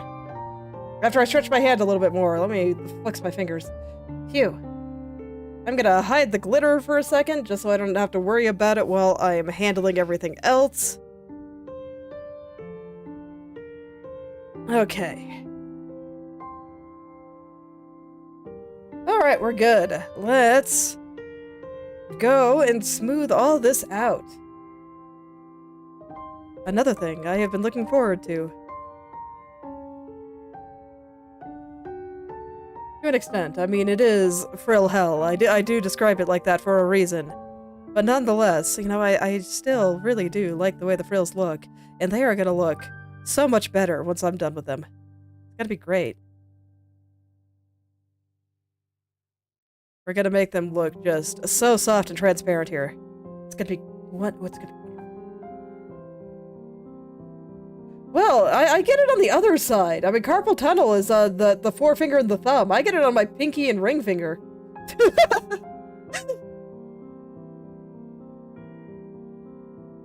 I don't know why, but I sure do.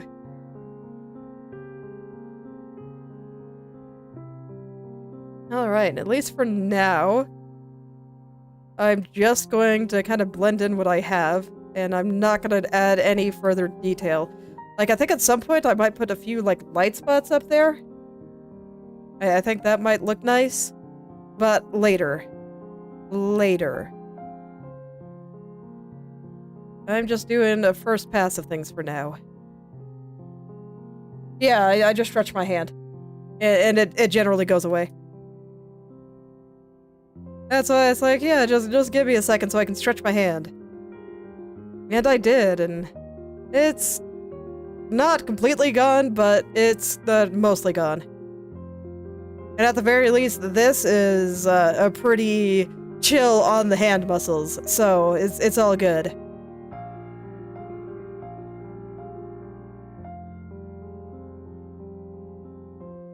I don't press very hard to blend things in like this.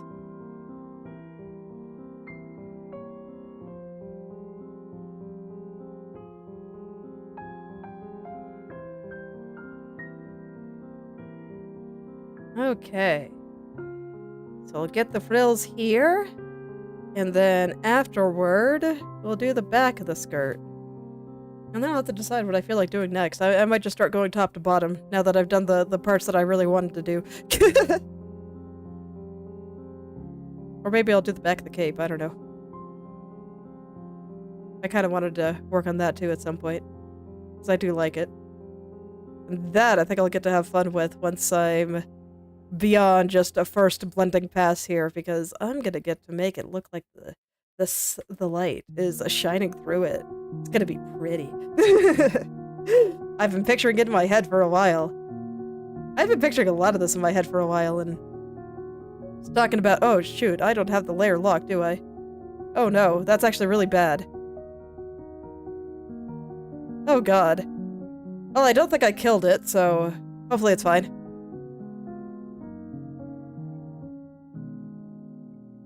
Okay, well, I'm gonna do a little bit of cleaning up then, I guess. Oh, no, I can't erase there. Okay, I think this is probably okay. Yep, all is well. I appear to have caught it early enough. I don't have a bunch of residue out there, do I? Got a little bit of residue here. Okay, we're good. Oh, that was terrifying!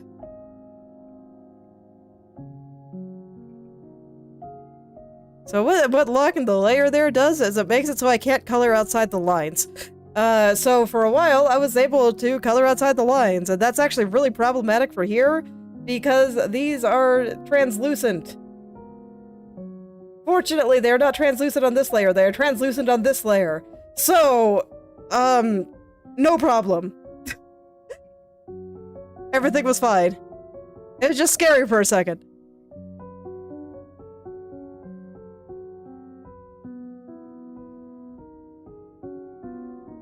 It's okay. You can tell. It was just scary. Everything's okay.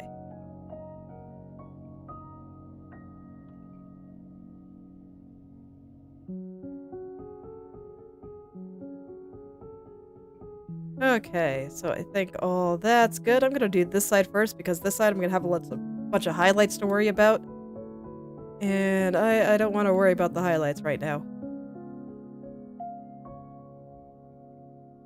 That's why I haven't dealt with the highlight on that one yet. And there's a few on this side that have little highlights. I'll deal with them later. Oh yeah, that's right. These guys have like the ultra black shadow. These guys do too, though, so. It's so nice to finally be able to blend those in. I've been picturing it like this in my head for so long. And now it's here, finally. It's finally here. I get to do all the things that I've been thinking about. They get to be real. Or at least as real as they can be in a drawing.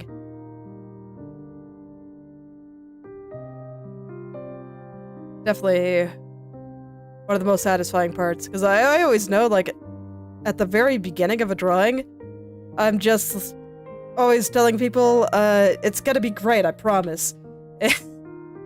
And you just gotta have to take my word for it. But this is when I get to deliver on the promise.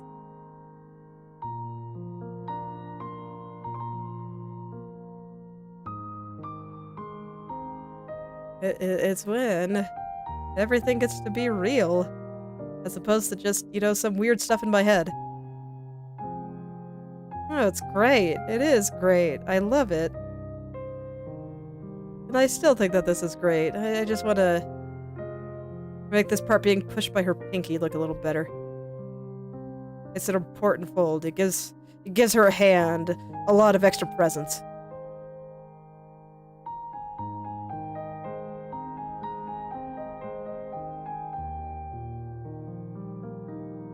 Okay, where was I?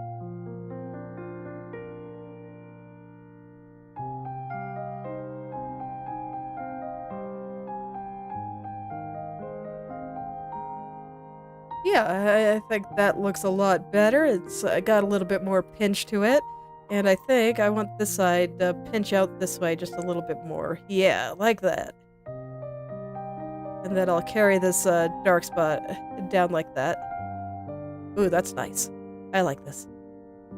You know, I'm really glad that even though I've been drawing with mostly hard shading lately, that I haven't forgotten all of my softer techniques. It's one of the many reasons I wanted to draw this one like this, as I wanted to make sure I didn't forget anything that I used to do like 3 years ago. It's easy to forget. So easy to forget.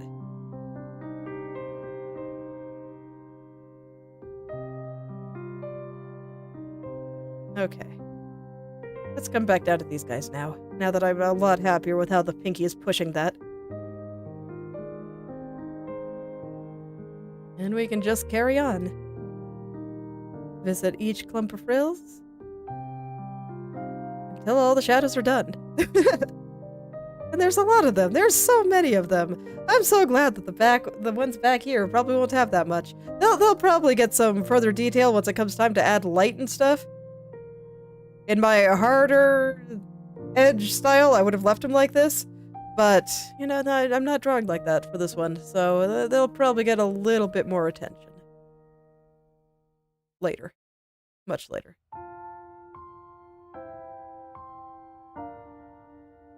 This is just the initial pass.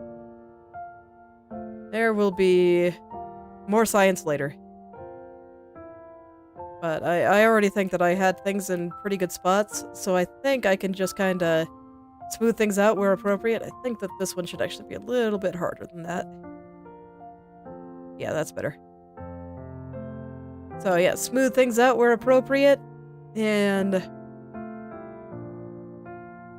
then later I can mess around with light a little bit. That'll be fun too. I like this picture. I think it's coming out really well.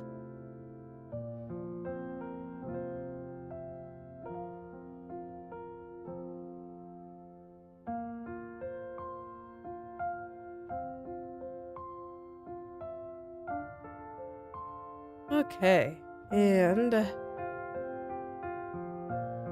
let's see, this guy, how are you moving? Like this, I think. Yeah, that looks pretty good. And then, you know, I just gotta think about that for each and every frill. Oh god, there's so many. This always happens when I draw frills. I just look at it and I'm just like, oh god, why did I draw so many? I complained about it when I was drawing them, I'm gonna complain about it now, and you know when I have to do the next pass, I'll probably complain about it then, but I'm not gonna stop drawing them. Never.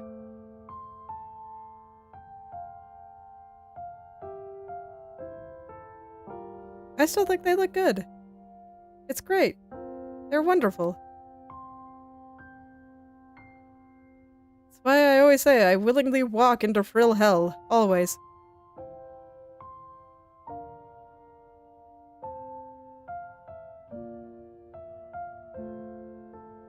Always, always.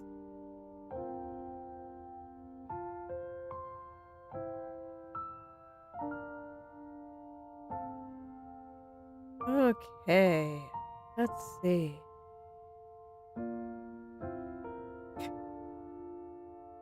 I don't know if you can call this OCD, but it's just something that has to happen if you want to draw frills. Otherwise, they'll look really ugly, and that's just a shame. It's like, why are you going to draw frills at all if you're just going to make them look ugly?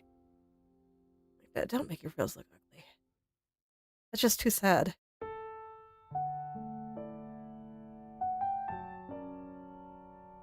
There's no point in drawing them if they're going to be ugly.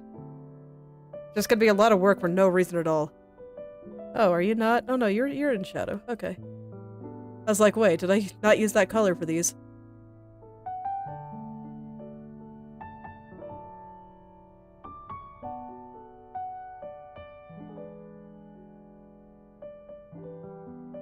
Okay.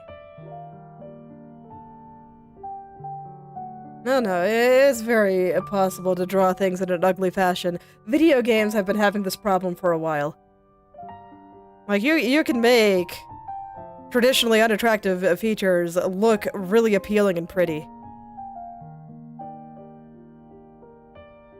And you can also make appealing features, you know, or features that are traditionally attractive and appealing look really ugly. And I don't know why people do that. It's terrible, I tell ya. Don't design your characters to be unappealing. Like, come on, man. Make the features look wonderful. Make them nice and appealing. Don't make things look ugly. Don't do that. That's bad.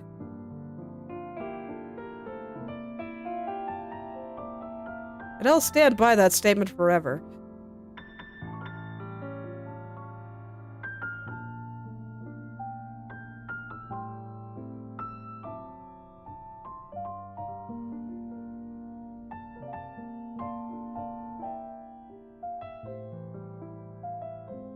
Okay.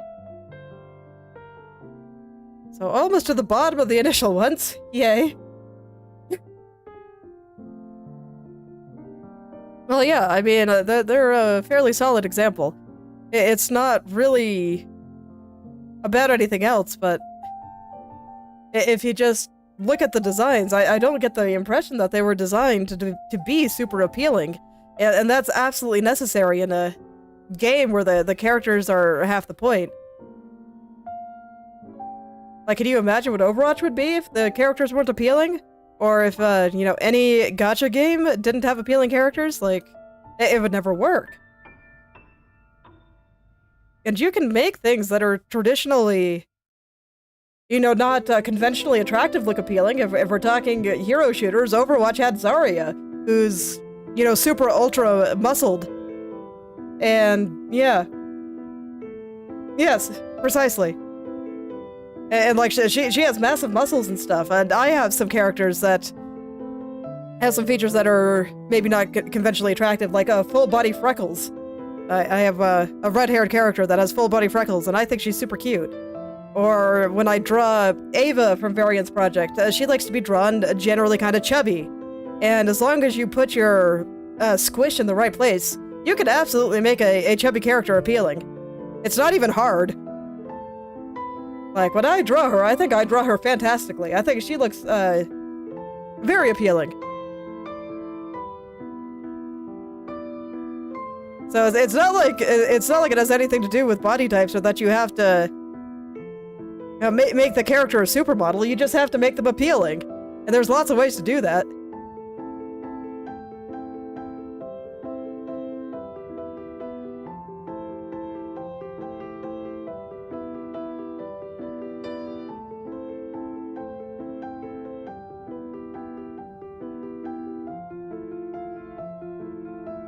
But I just get the feeling that a lot of these characters aren't designed by that. They probably came from Tumblr art hell, where making things as cartoonishly ugly as possible is one of the goals, and I always think that's a shame.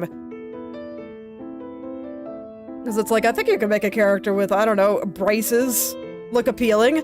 I think you could make a character with, let's go with leg hair or armpit hair or what have you look appealing. I think it's fine. I think it's doable.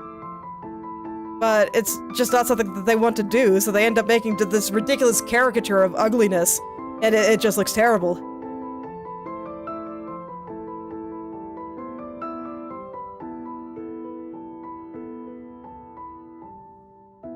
And you know, even your somewhat tongue-in-cheek comment about it's not ugly, it has character. You can make things that quote-unquote have character and still be appealing. They can still be pretty. It's fine.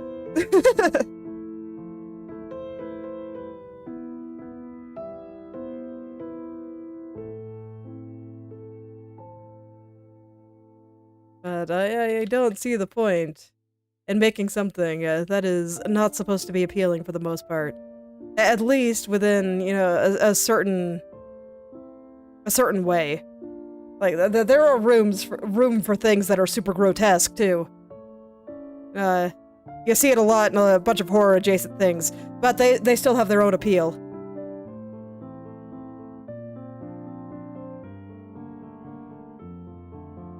Even if your monster is supposed to be disturbing, that kind of disturbing is in and itself a kind of appeal.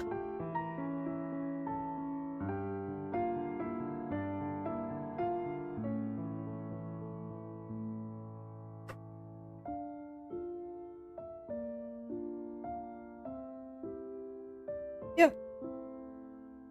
Well, that's why I say, I mean, if you think you have to make your character unattractive in order to have diversity, I think that says more about you, than you general, to be clear, than anyone else.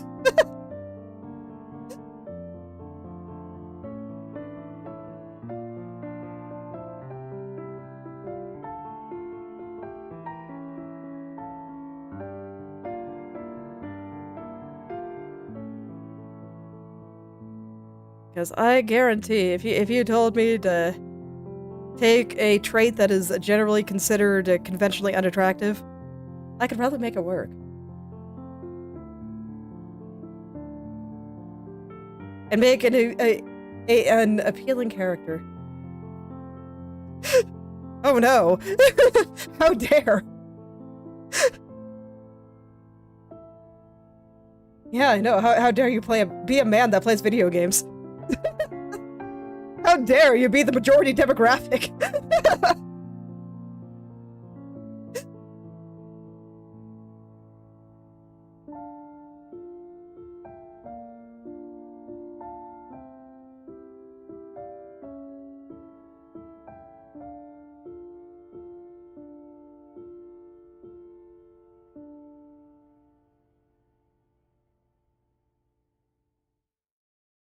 There you go. This is how I feel about things. Always make your stuff with appeal in mind. And you see, this is why I say appeal instead of attractive. Because there's absolutely a place for ugly characters. You know, we were talking about Dark Souls, and they always have a little bit of a grotesquerie to them. But that's kind of the point. And it's appealing.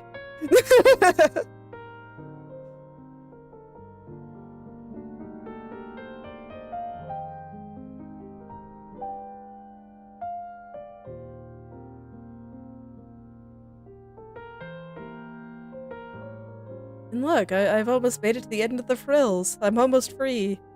Yay! Well, at least this row of frills. I still got like 5 more to go, but that's fine. I'll take my wins when I can get them.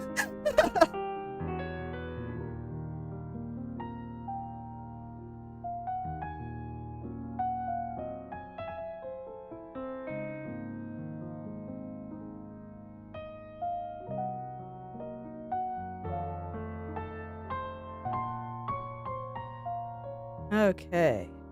Just a little more here. At the one in the end. Almost there. Almost there. Yes, precisely. It's okay, they look good. So, I can tolerate it. I guess strictly speaking, this is only the most basic of the shadows. I still have the dark ones here, like, you know, from up here, for example. Cast shadows and stuff, but like I said, I'll take my victory where I can get them. I'll also take my frills where I can get them. Yes. Look, adding frills just makes everything so much fancier and so much more appealing! If I'm going to continue to talk about appeal.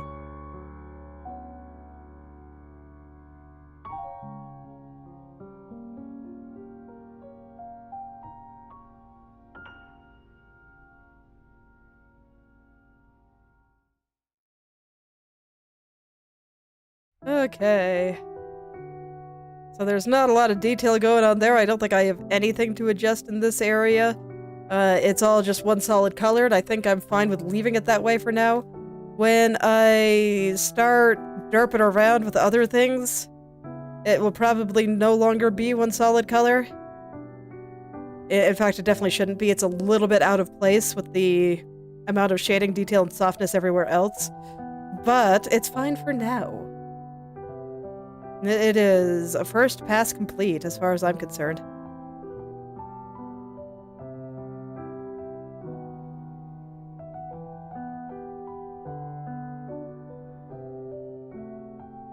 Okay, just gotta get these guys, and that'll be it for this entire side. It's wonderful. Almost free. Almost.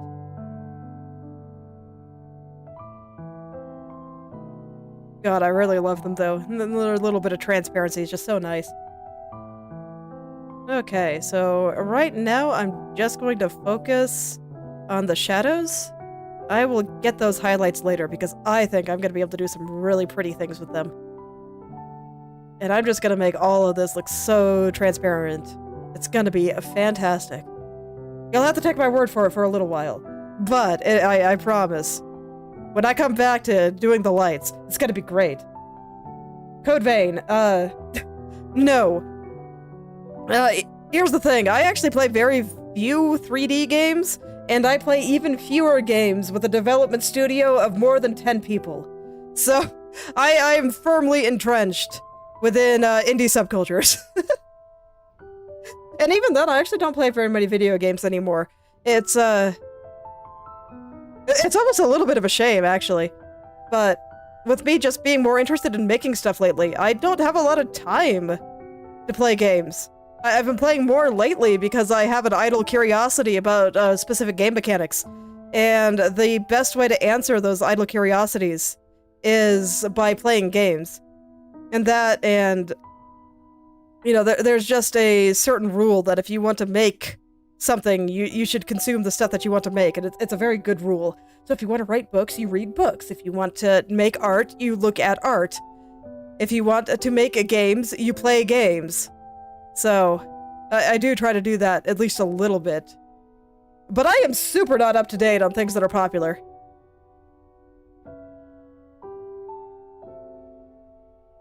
As most of the things that I have idle curiosities about are just not things that people in high-budget studios make. Like, I play a lot of idle games lately. Because, you know, those are good. I look at them, I do something for, like, 40 minutes or whatever, and then I look back at it, I'm just like, oh, hey, I got a bunch of stuff. This is awesome. And that's good for when I just kind of want to I don't know, look away from what I'm working on for a second. That could be useful for thinking. So those would be games like Trimps. Right now I'm playing Progress Night. I'm trying to play Cavernous, but I can't figure out how to play it. It's driving me nuts. I feel stupid. Hate it. But no, I really want to figure out how to play it though, because it looks like, especially when I see people that do understand it talk about it, it looks pretty cool. Idle puzzle game. I really want to figure out how to play it. I just haven't had a chance to do so. So those are all text games. Entirely text. I guess Cavernous technically has a map, but I'm not sure if I'd call it an image. And I'm looking forward to the day that my husband plays Terraformental. I had a pretty good time in the last version that I played. So. Okay. Yeah, I can look into it.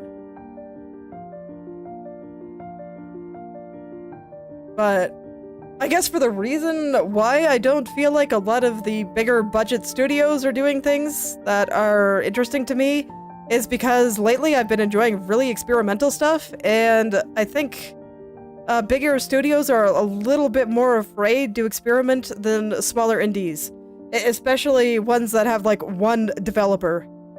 Like, they're gonna do whatever the hell they want. They're gonna make their vision come to be.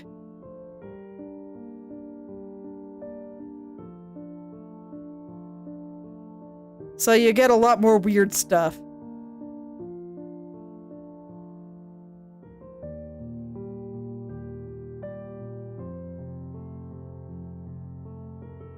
And honestly, at this point in my, I don't know, I guess you can call it gaming desires, I'm honestly more I'm honestly more interested in interesting over good.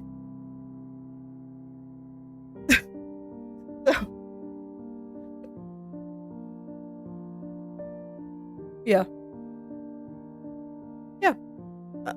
No, I think it's just kind of inevitable when you're spending multi-million many millions of dollars to try to make something. You want to make sure it's going to be something that appeals to people that can actually get that to be paid back. So there's going to be less experimentation. And with me in a state where I am just more interested in interesting over good, yeah, there's maybe a bit of a conflict there. And I honestly don't have much. I have some judgment, I guess, but not as much as I'm probably making it sound. Because, I mean, you gotta do what you gotta do, and I do think some good games do come out of AAA studios. I just don't tend to play them as much.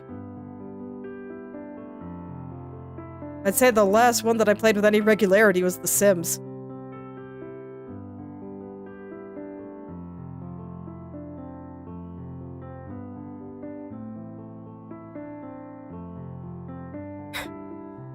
Yeah, I can believe it. It's, that is pretty crazy.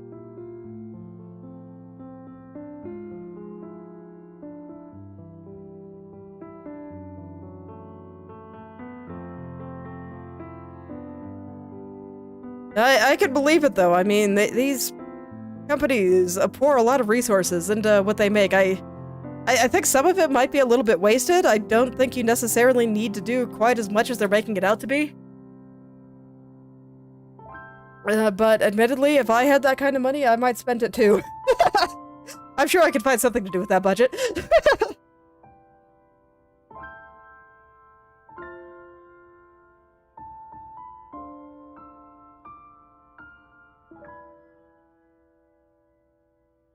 I definitely... Oh, did I unlock the layer again? No, it's locked.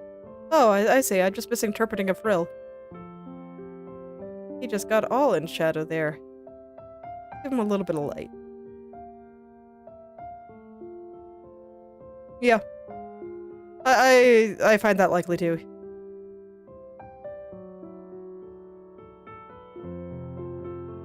And I mean, I'm an artist that plays text games, so you can see I do care about the art, but I do think that maybe perhaps they are not allocating their resources very well.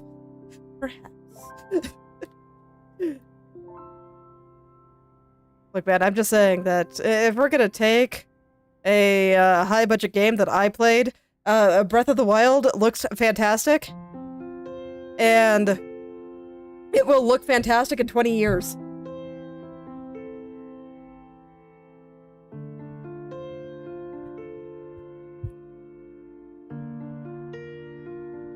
Whereas a lot of games that looked pretty good for their time, but tried to be realistic, they don't look good anymore.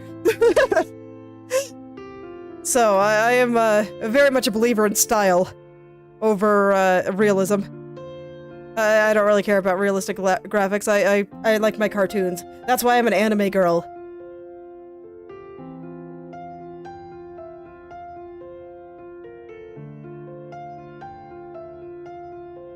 I might be a little biased there, though, so...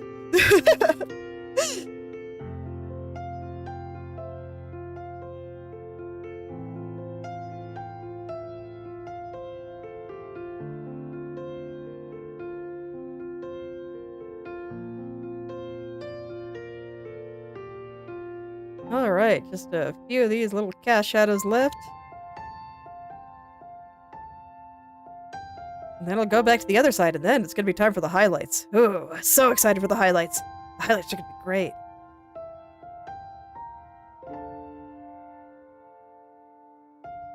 It's gonna be a good time. Yeah, I can't do it like that. Okay, no, I think that looks good. We'll put a few cast shadows where they are. Oh, I didn't shade this one. Okay, I'll go do that after I finish this cast shadow. I should probably do it the other way around, but I'm committed, so here we are.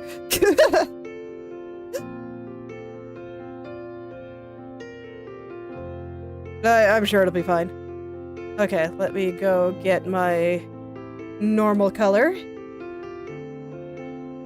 And we'll shade this properly. I'm sorry, little frill. I didn't mean to leave you out there. Everyone must be soft. So soft. So very soft. It's the rules. Okay, let's get the highlights now. Do I have good highlight? I do. Right here. Alright, let's make this really pretty. I believe in myself. I just gotta treat it with the utmost delicacy. Get some nice little transitions in there. It's gonna be great. It's gonna be good. And then you won't just have to take my word for it anymore. You'll be able to see it yourself. And just how much nicer it is after I actually get around to getting it all finished. It's gonna be good. It's gonna be so good. Man, look how transparent that looks. I know you can like literally see through it because I reduced the opacity, but I mean, even just as a concept of translucency.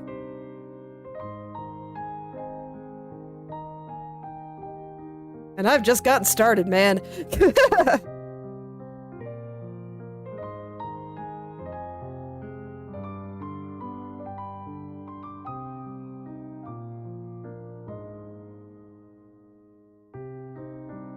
Okay, I gotta treat this with a very light touch, so it might take a second to get through it all, but it'll be worth it in the end.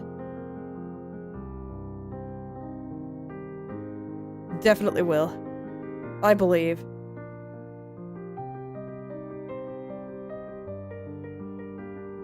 Just doing a lot of back and forth. This is where the pressure sensitivity really comes in handy, because when I press lightly, the opacity is really low, so I'm able to just very smoothly blend all this together. Yeah, there we go.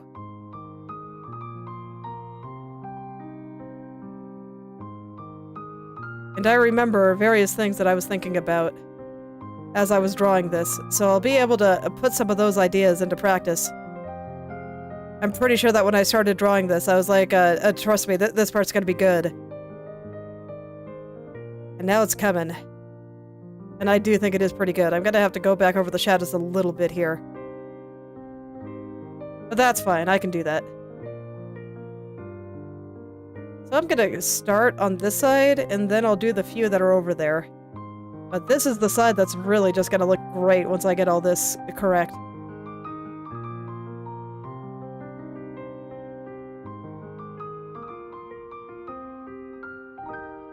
Okay.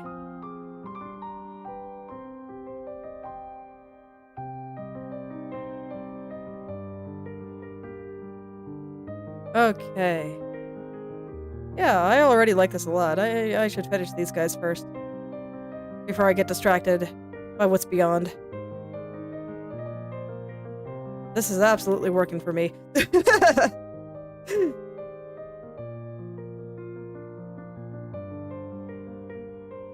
Okay. Gentle, gentle. Gently, gently.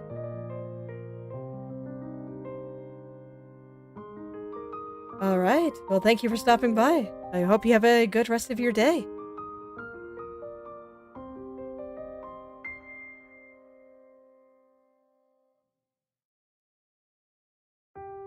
Alright, gentle, gentle frills. Gently, gently.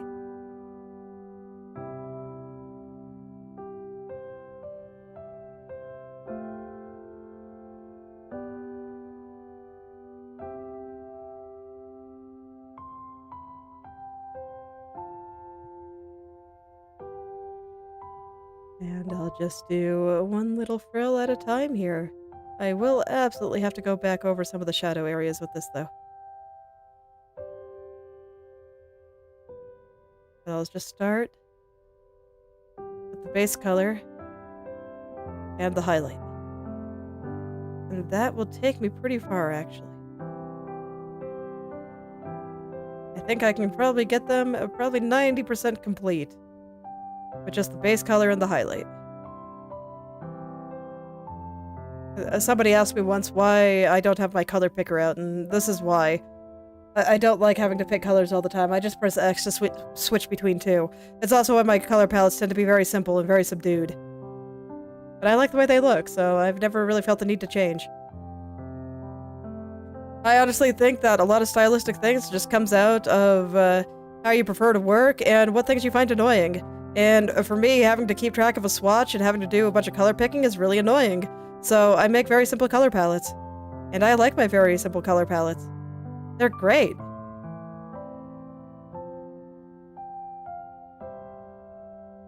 But other people like to do other things.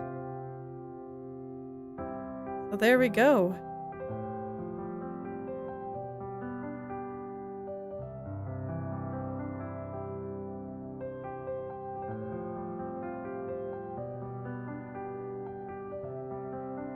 Now I'm just getting everything nice and soft, and oh man, I just love this so much.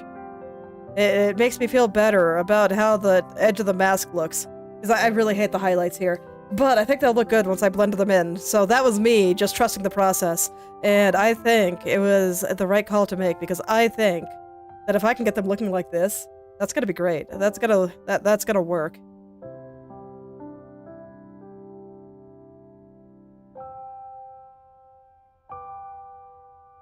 Okay. And so it is. I am starting to run out of time here. But I think I'll at least be able to finish the skirt. The back part too. First pass, I should clarify. I'm not gonna go beyond first pass of anything until I have everything shaded properly. Or first pass of everything shaded. I'm just gonna do things one little pass at a time. Okay, yeah, I need shadow color for that, so I will revisit that spot once it's time to reintroduce the shadows. I probably should have done the highlights first. Nah. I like doing the shadows first.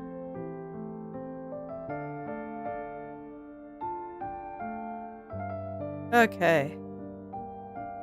I think you need a little bit here. There we go, that's better.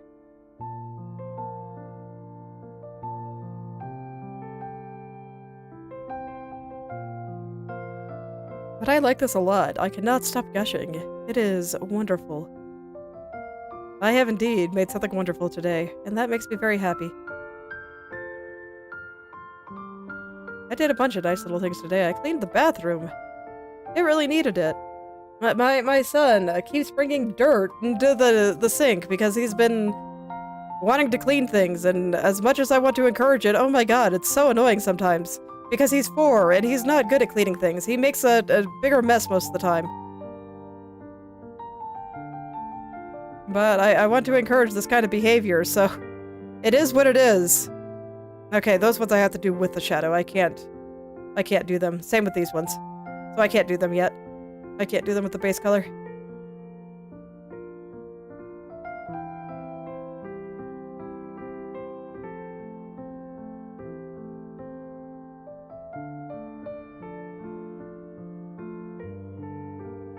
Okay. This one is another one I have to kind of do with the shadow, so I'll just go ahead and take care of the rest first. And we'll see where this goes.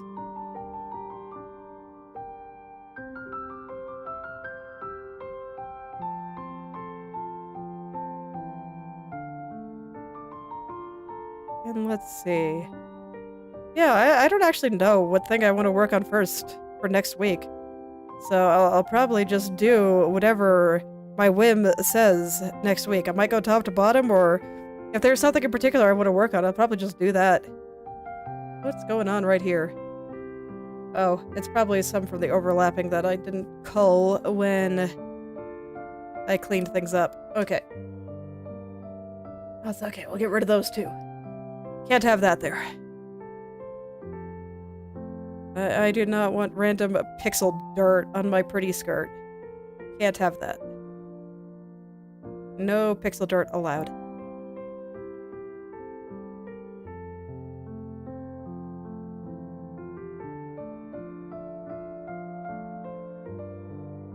Okay, and then all of those I think I had to do with the shadow color. So I'll go ahead and finish off the little bit on this side. Is that a frill? What is that actually? I think that's a highlight of the pants, actually. Where's the vine? Yeah, it's a highlight of the pants. Okay. Not gonna worry about that. Okay. Then from here...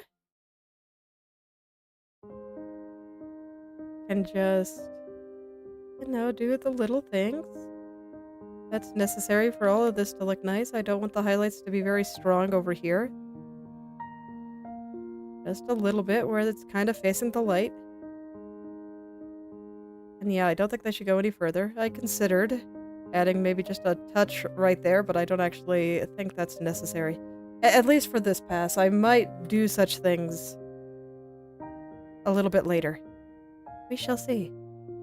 We shall see what I think looks nice. Because, you know, there's always more science to be done, more experiments to be had when I'm trying a slightly new technique. Always. I'll never stop learning. Never. Never ever.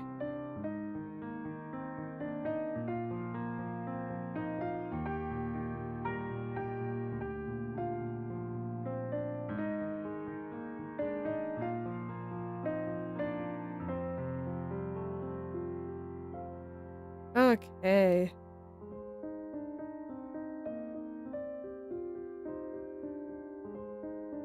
One last one. One last one, and then I'll go touch things up. Well, no, I think I'll do the blending the highlights with the shadow first.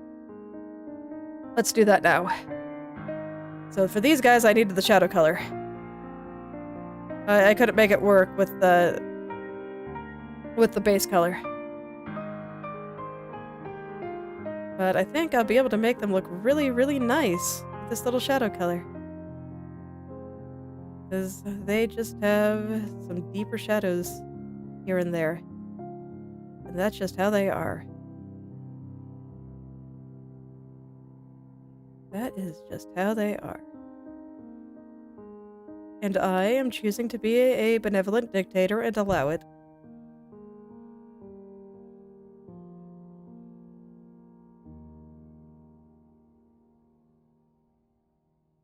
I don't mind the shadows being a little bit lighter just right through there, but I do want to get in some of these folds. This guy kind of has to fade out. Yeah, there we go, that's good.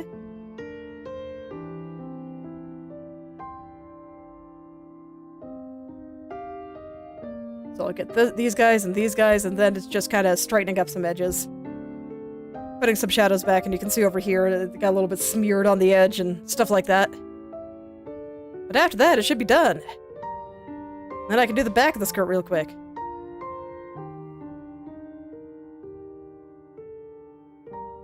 And then, oh, more importantly, I can turn the glitter back on! Hell yeah! That I don't think I need to do any particular smoothing on. I think it'll be fine with just the hard lights I have on there. We'll see if I change my mind once I see it.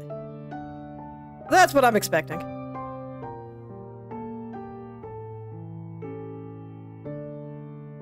That's what I'm expecting.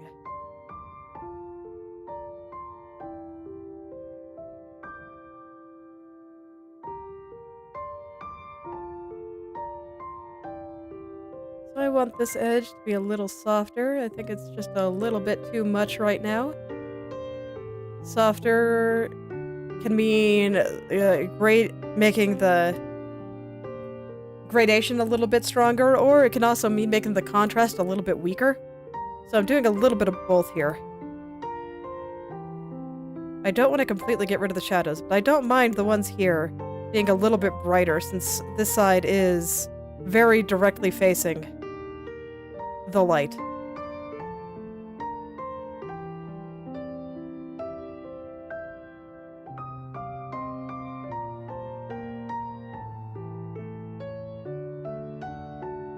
Okay.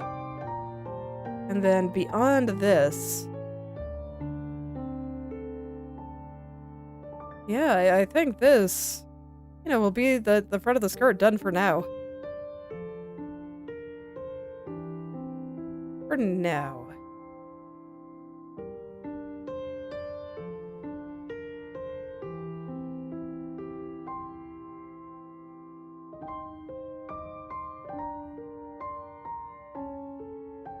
Okay.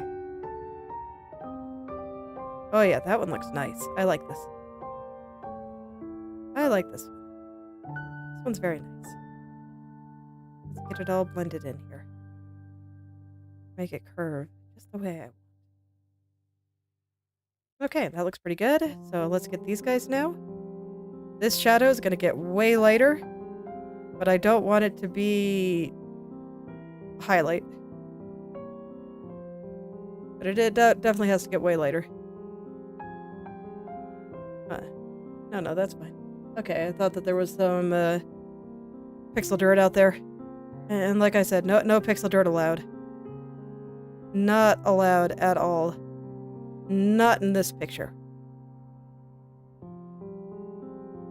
None of my styles are really messy. I don't really like messy styles very much. Personal taste. I don't think there's anything wrong with them. I just don't tend to like them. It is one of the many reasons my stuff tends to be extremely neat.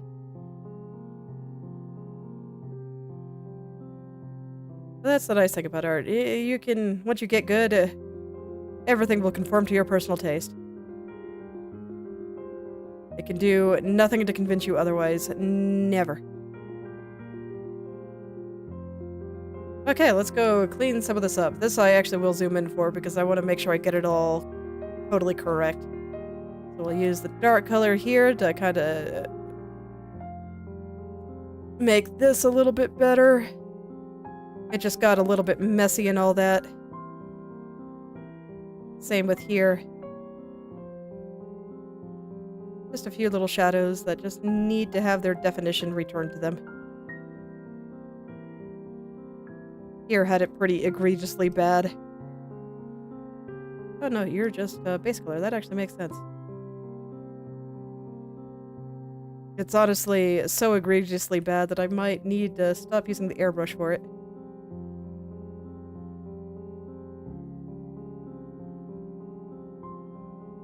No, probably not.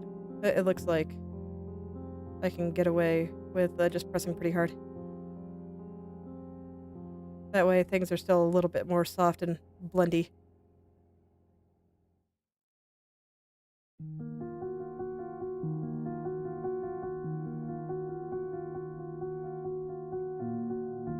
Okay, and I'll just touch things up as I see them. I'm trying to remember that I cannot color pick in a transparent area. Keeps happening. Yeah, you guys see when my cursor turns into an eyedropper, right? Yeah. So every time I do that, I'm hitting control on my keyboard to color pick. And I cannot color pick directly from this, unfortunately. I will not get the result I want if I try. Since it is literally transparent.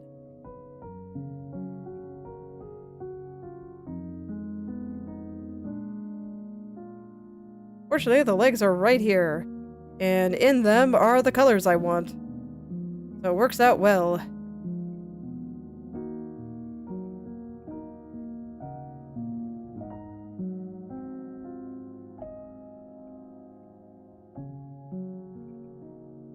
Might just soften this up a little. This frill was not blended properly. Oh, whoops. I just missed one again. These things happen. You know, what can you do, right? It's easy to miss one or two, but it's okay. I noticed, so I can go back over and fix it. Make it all nice and soft and pretty, just like all its brethren around it. I'm surprised I missed literally one in this area. Like, what the hell, brain? How did you miss the first one of this group? What the hell? I don't know, man. Brains are weird.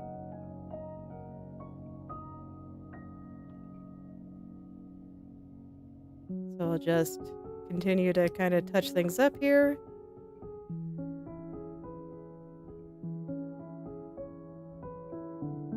Yeah, the one here feels pretty messy. Oh, I have the wrong color. Get the right one. There we go, and... yeah, that's just part of the dress there. Okay, so I think I got them all. Let me give it one last look over to make sure I didn't forget any. And there we go! I think I'll probably end up adding a few more lights to that at some point, but this is an excellent start. I'm so happy with it. I just want to see if I can grab the back of the skirt real quick before I stop. It would just be really... oh yeah, I should turn the glitter back on. That's important. Sparkles. Sparkles. Look at it. Look at all the sparkles. Okay. Now then. Where is the back of the skirt anyway? Where did I put it? I see glitter right there. There's the black part. And there's the rest. Okay. So this could be interesting because I decided it was a good idea to paint this all in one layer. So, I'm gonna have to blend all this on one layer. I'm just gonna clean up the trim afterward, I think. Because otherwise this would be absolute hell.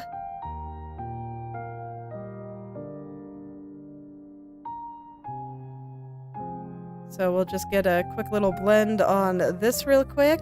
And over here as well. And I'll just clean up the trim afterward. So I'm going to make the trim here look thread-like again. That's still going to happen. But it's going to be somewhat lacking in detail compared to how it is further up. Or, you know, in the places more in light. So what's going to happen here is I'm going to redraw these parts here. Then I'm going to make a selection around the purple parts here. Or I guess I should call them the golden parts, but they look purple now. Hello there, Sir Sprout, and thank you. I'm just hoping to finish off the bottom of the dress here before I head out for today. So thanks for stopping by. Okay, I want to do a little more blending on the dress part, I think. So I'll go ahead and select that, select inverse. So this way I can freely do this now. Probably should have just done that at the beginning, but you know what? It's fine. All is well. But yeah, it's almost... the dress part is almost done. Today I did the dress and the cape. Or at least the front part of the cape. I didn't do the back. I don't know. Do I have time to do the back? I might. I'll check.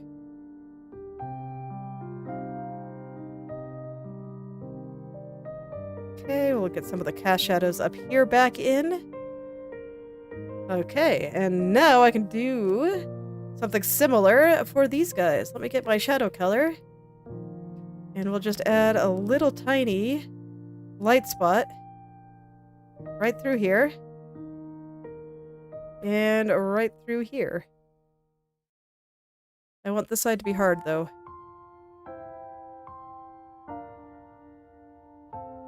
Nice hard edge there.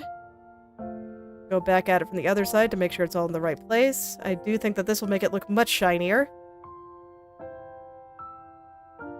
I want to check. Are you shiny?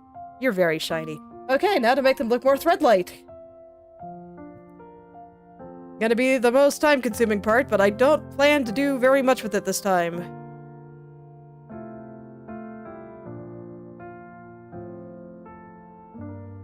So we'll just draw little lines. It might be a little bit big, actually. Little tiny lines. Just going everywhere. I'm trying not to make them too uniform. They don't look good when they're too uniform. I might need a few highlights in there. I don't think it'll look good without highlights.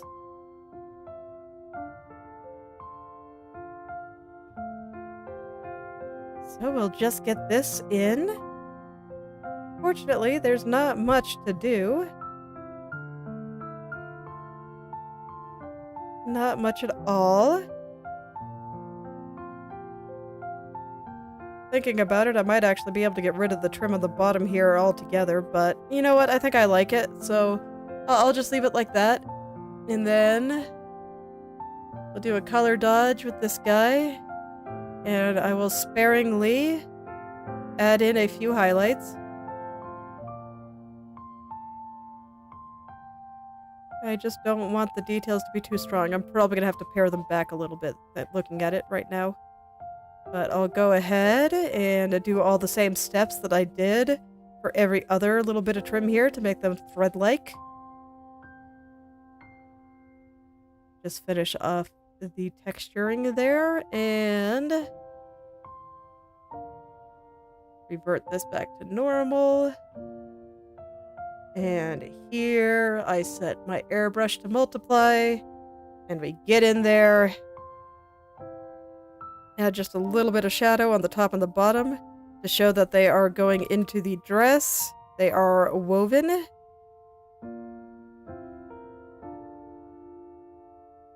It does help.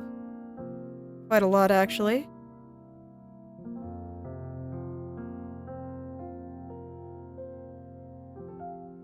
And I don't think I will add any further highlighting. I think that these guys are fine, just like this. Yeah, they are perfect, just like that. Okay, there we go. Let's turn this back to normal. So, do I think I have time to do this part of the cape? You know, I don't actually think it'll take that long. So sure, let's see how far I can get. Because, yeah, I don't have any shading to do with these guys, because they're all one solid color. I will later. Much later. But not right now. So sure, I'll just go ahead and grab this real quick, because I think it will be pretty fast. Just gotta make this look round. And then it's just a little bit with the cast shadow here. And it'll look better once I get the trim going. A little bit of cast shadow right there. Oh, right. I'm not using the airbrush for cape shadows. I am using the texture brush. Krita's big texture brush. It's very good for just making things look a little bit extra velvety. Let me redo this part real quick. Just breaking it up a little bit so it has the little bit of velvet texture that I want it to have. Okay. So yeah, I think that's all I need there. Let's do the same thing with the trim. The trim does not get the big texture brush though. The trim gets the airbrush.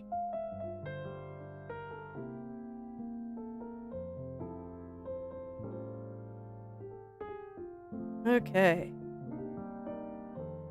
You should be in shadow. Be in shadow, please. Okay.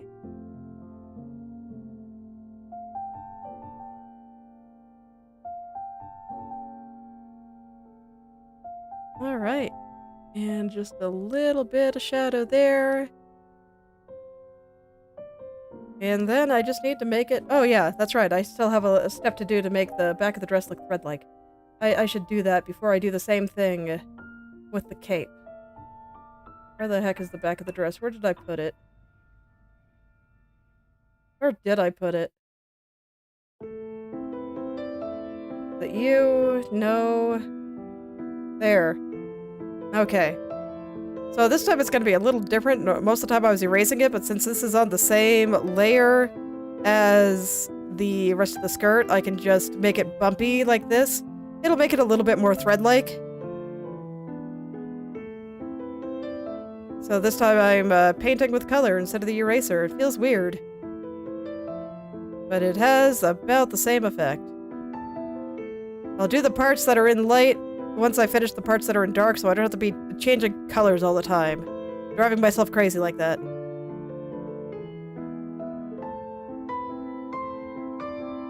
Okay. Oh yeah, it just makes it a little bit bumpier. I think it helps make it look a little more thread-like. Because the thread is not normally super straight like this. It's got little bumps, and some places are a little bit longer than others, and various imperfections like that.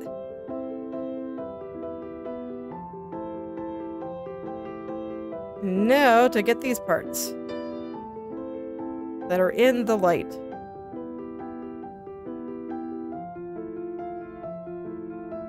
And through the transition.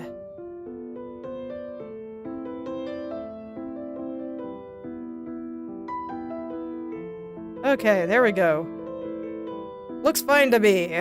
Now I can do the same thing with the cape. So I will get brush here. We set it to multiply at about 50%. Then I get the shadow color, which I already have. Perfect. And I just make little thread lines. Over and over and over again. But they're little. They're just little guys. It doesn't work if they're too big. A thread is not meant to be too big. It's meant to be very tiny. Very fine and granular like this.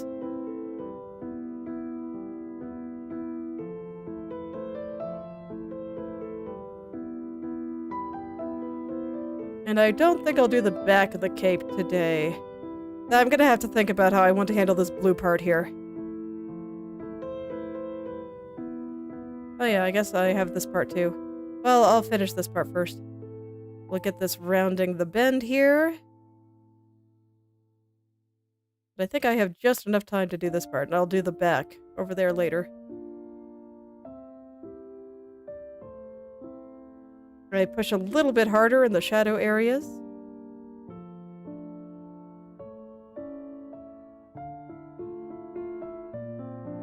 Just a little bit. Okay, let's get these guys.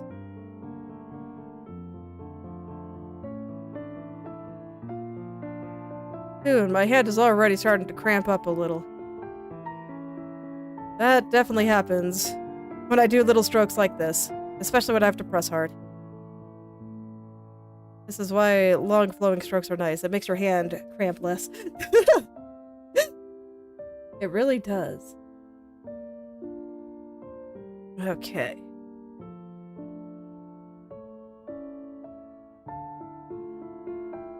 I'm trying not to make it too uniform. I'm doing a pretty bad job of that right now, but I think it'll be fine.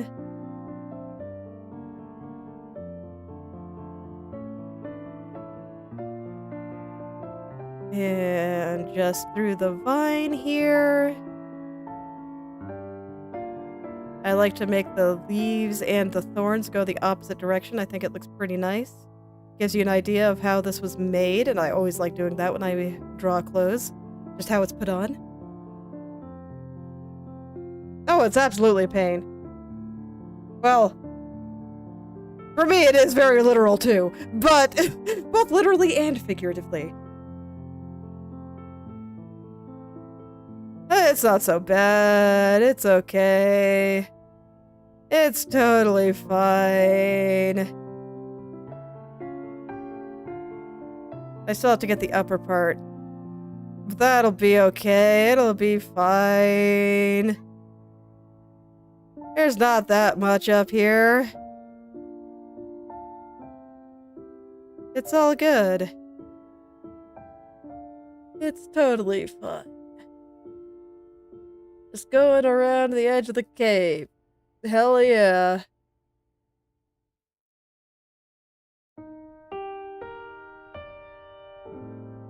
I might not actually have time to finish this, alas.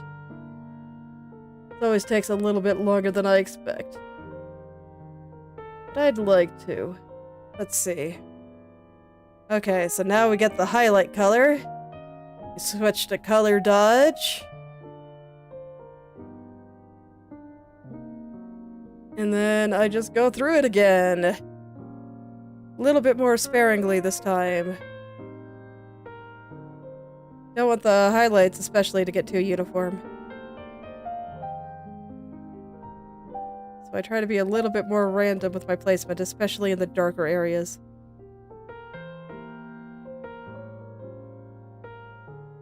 Yeah, because if I put the blend mode on the whole layer, I mean, it would look wrong. But the blend mode on the brush lets me put the color I want down. I don't do all my shading on different layers. I draw it all on one.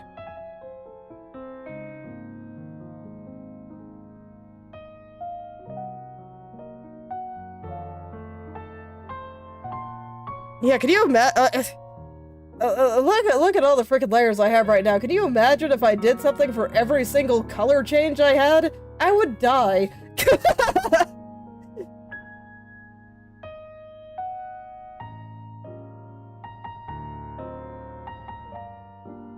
I would die in real life. It would be terrible, I tell you.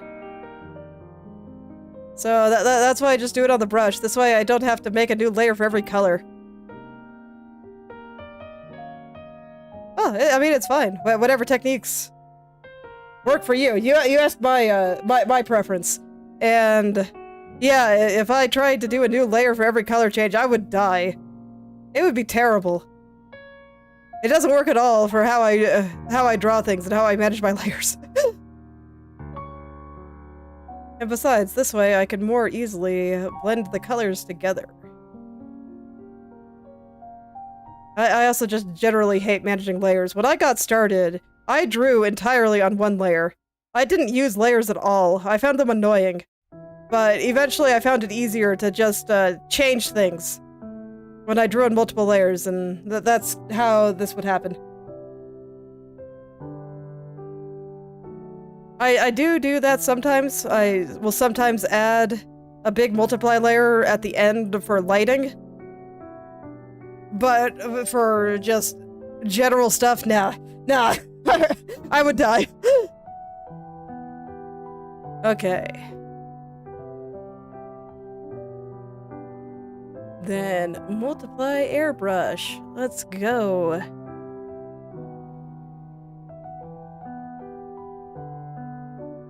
We just put a little bit of darkness on the top and bottom, so that this way it looks like the thread is going into the cape.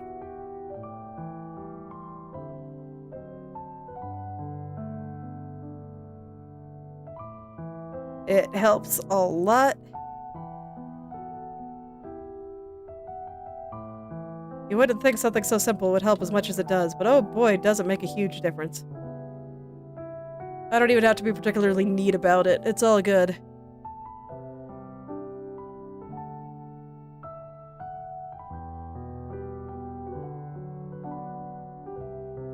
Then we just go from there. I add a few highlights, then I go back over it and erase the edges a little to make them a little rougher. And that'll be the end. And that'll do the cape until I feel like doing the back part.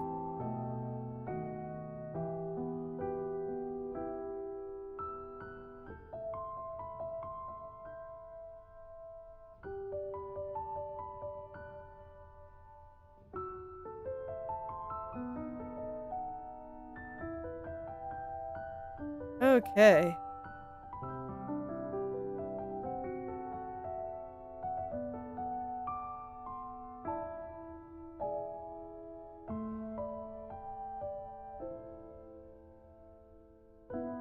And then just around the edges here, I can keep this fairly simple since it's so small and thin and delicate. Can't forget up here. Up here is important too. Just get a little bit on the edge here. That was a bit too much.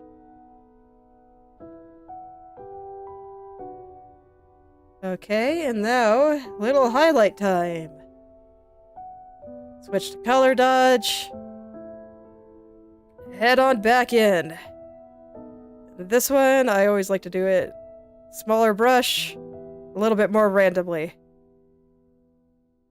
In terms of size and just everything. I do love doing texture work. And I have just been doing most of this with airbrush and occasionally a basic opacity brush. I don't have any special brushes. I actually do not have a single custom brush in Krita. I have never downloaded or tried to create one. Never felt the need.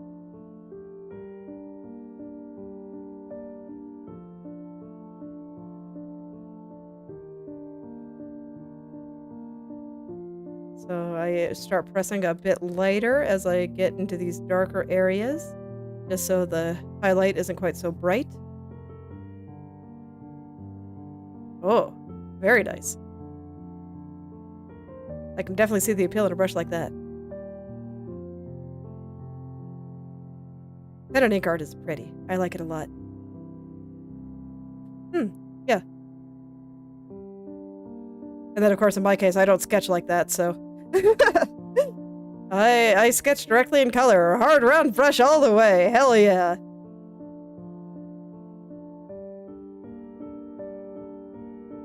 Okay. Okay, I gotta get the top still.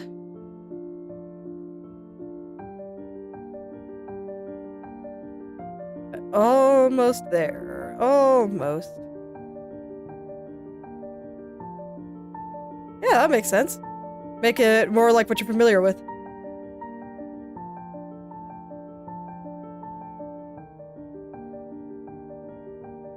Okay, now let's rough up the edges a little bit, make them a little more thread-like.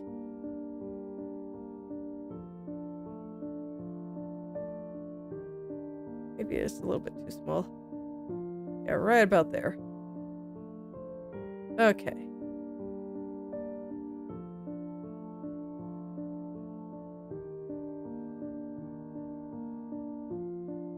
So there we go. Just gonna add some random holes and stuff. Just kinda take a little bit off there just to make it look a little bit more like thread going into it as opposed to something so perfect and neat. Gotta break it apart a little.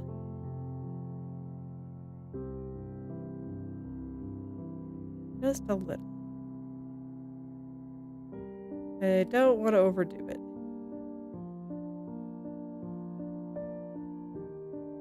So I guess I'll just continue going around this edge for now. And then I'll do the inner part, or maybe I'll do the outer part, I don't know. Probably the... Yeah, I'll just finish this part that I'm doing here. So we'll do the inside now. And after that, I can get that outermost part.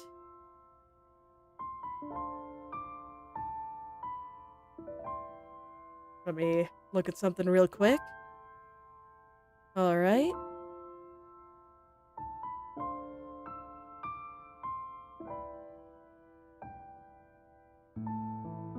Let's just move things around a little. Push it around. I don't have to worry about all the way up there because that's where it starts going back behind her back there. And that part should look a little smoother, I think. I don't have to break it apart quite so much. Also, it's behind frills and barely visible, and thus I don't want to put a bunch of random work into it because that sounds like suffering. I don't think it'd even be noticed if I did, so I'll pass. Alright, let's start going around these vines.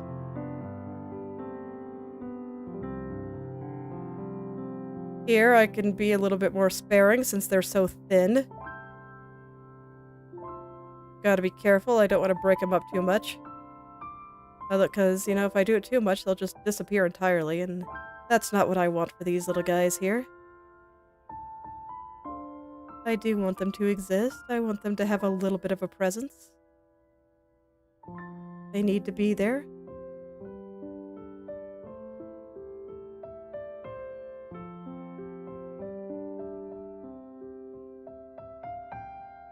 They do. It's important.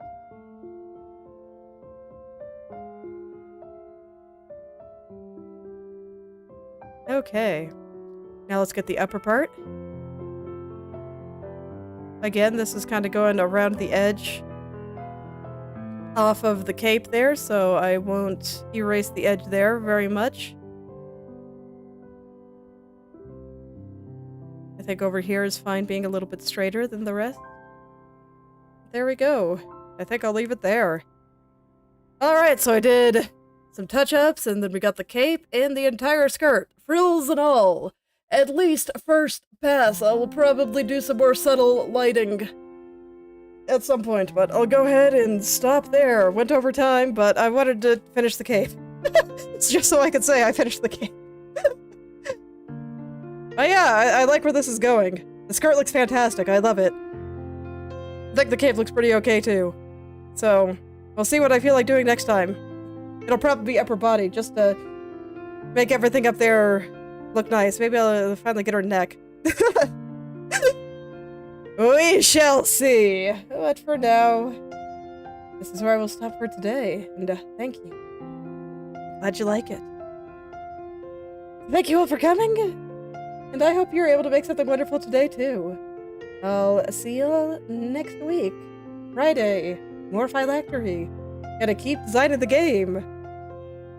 I'm not quite sure what I'll be doing, because I'm not sure what I'm gonna finish off stream, or if I'll stream it earlier, I don't know. But Thursday will definitely be coding, so hope to see you there.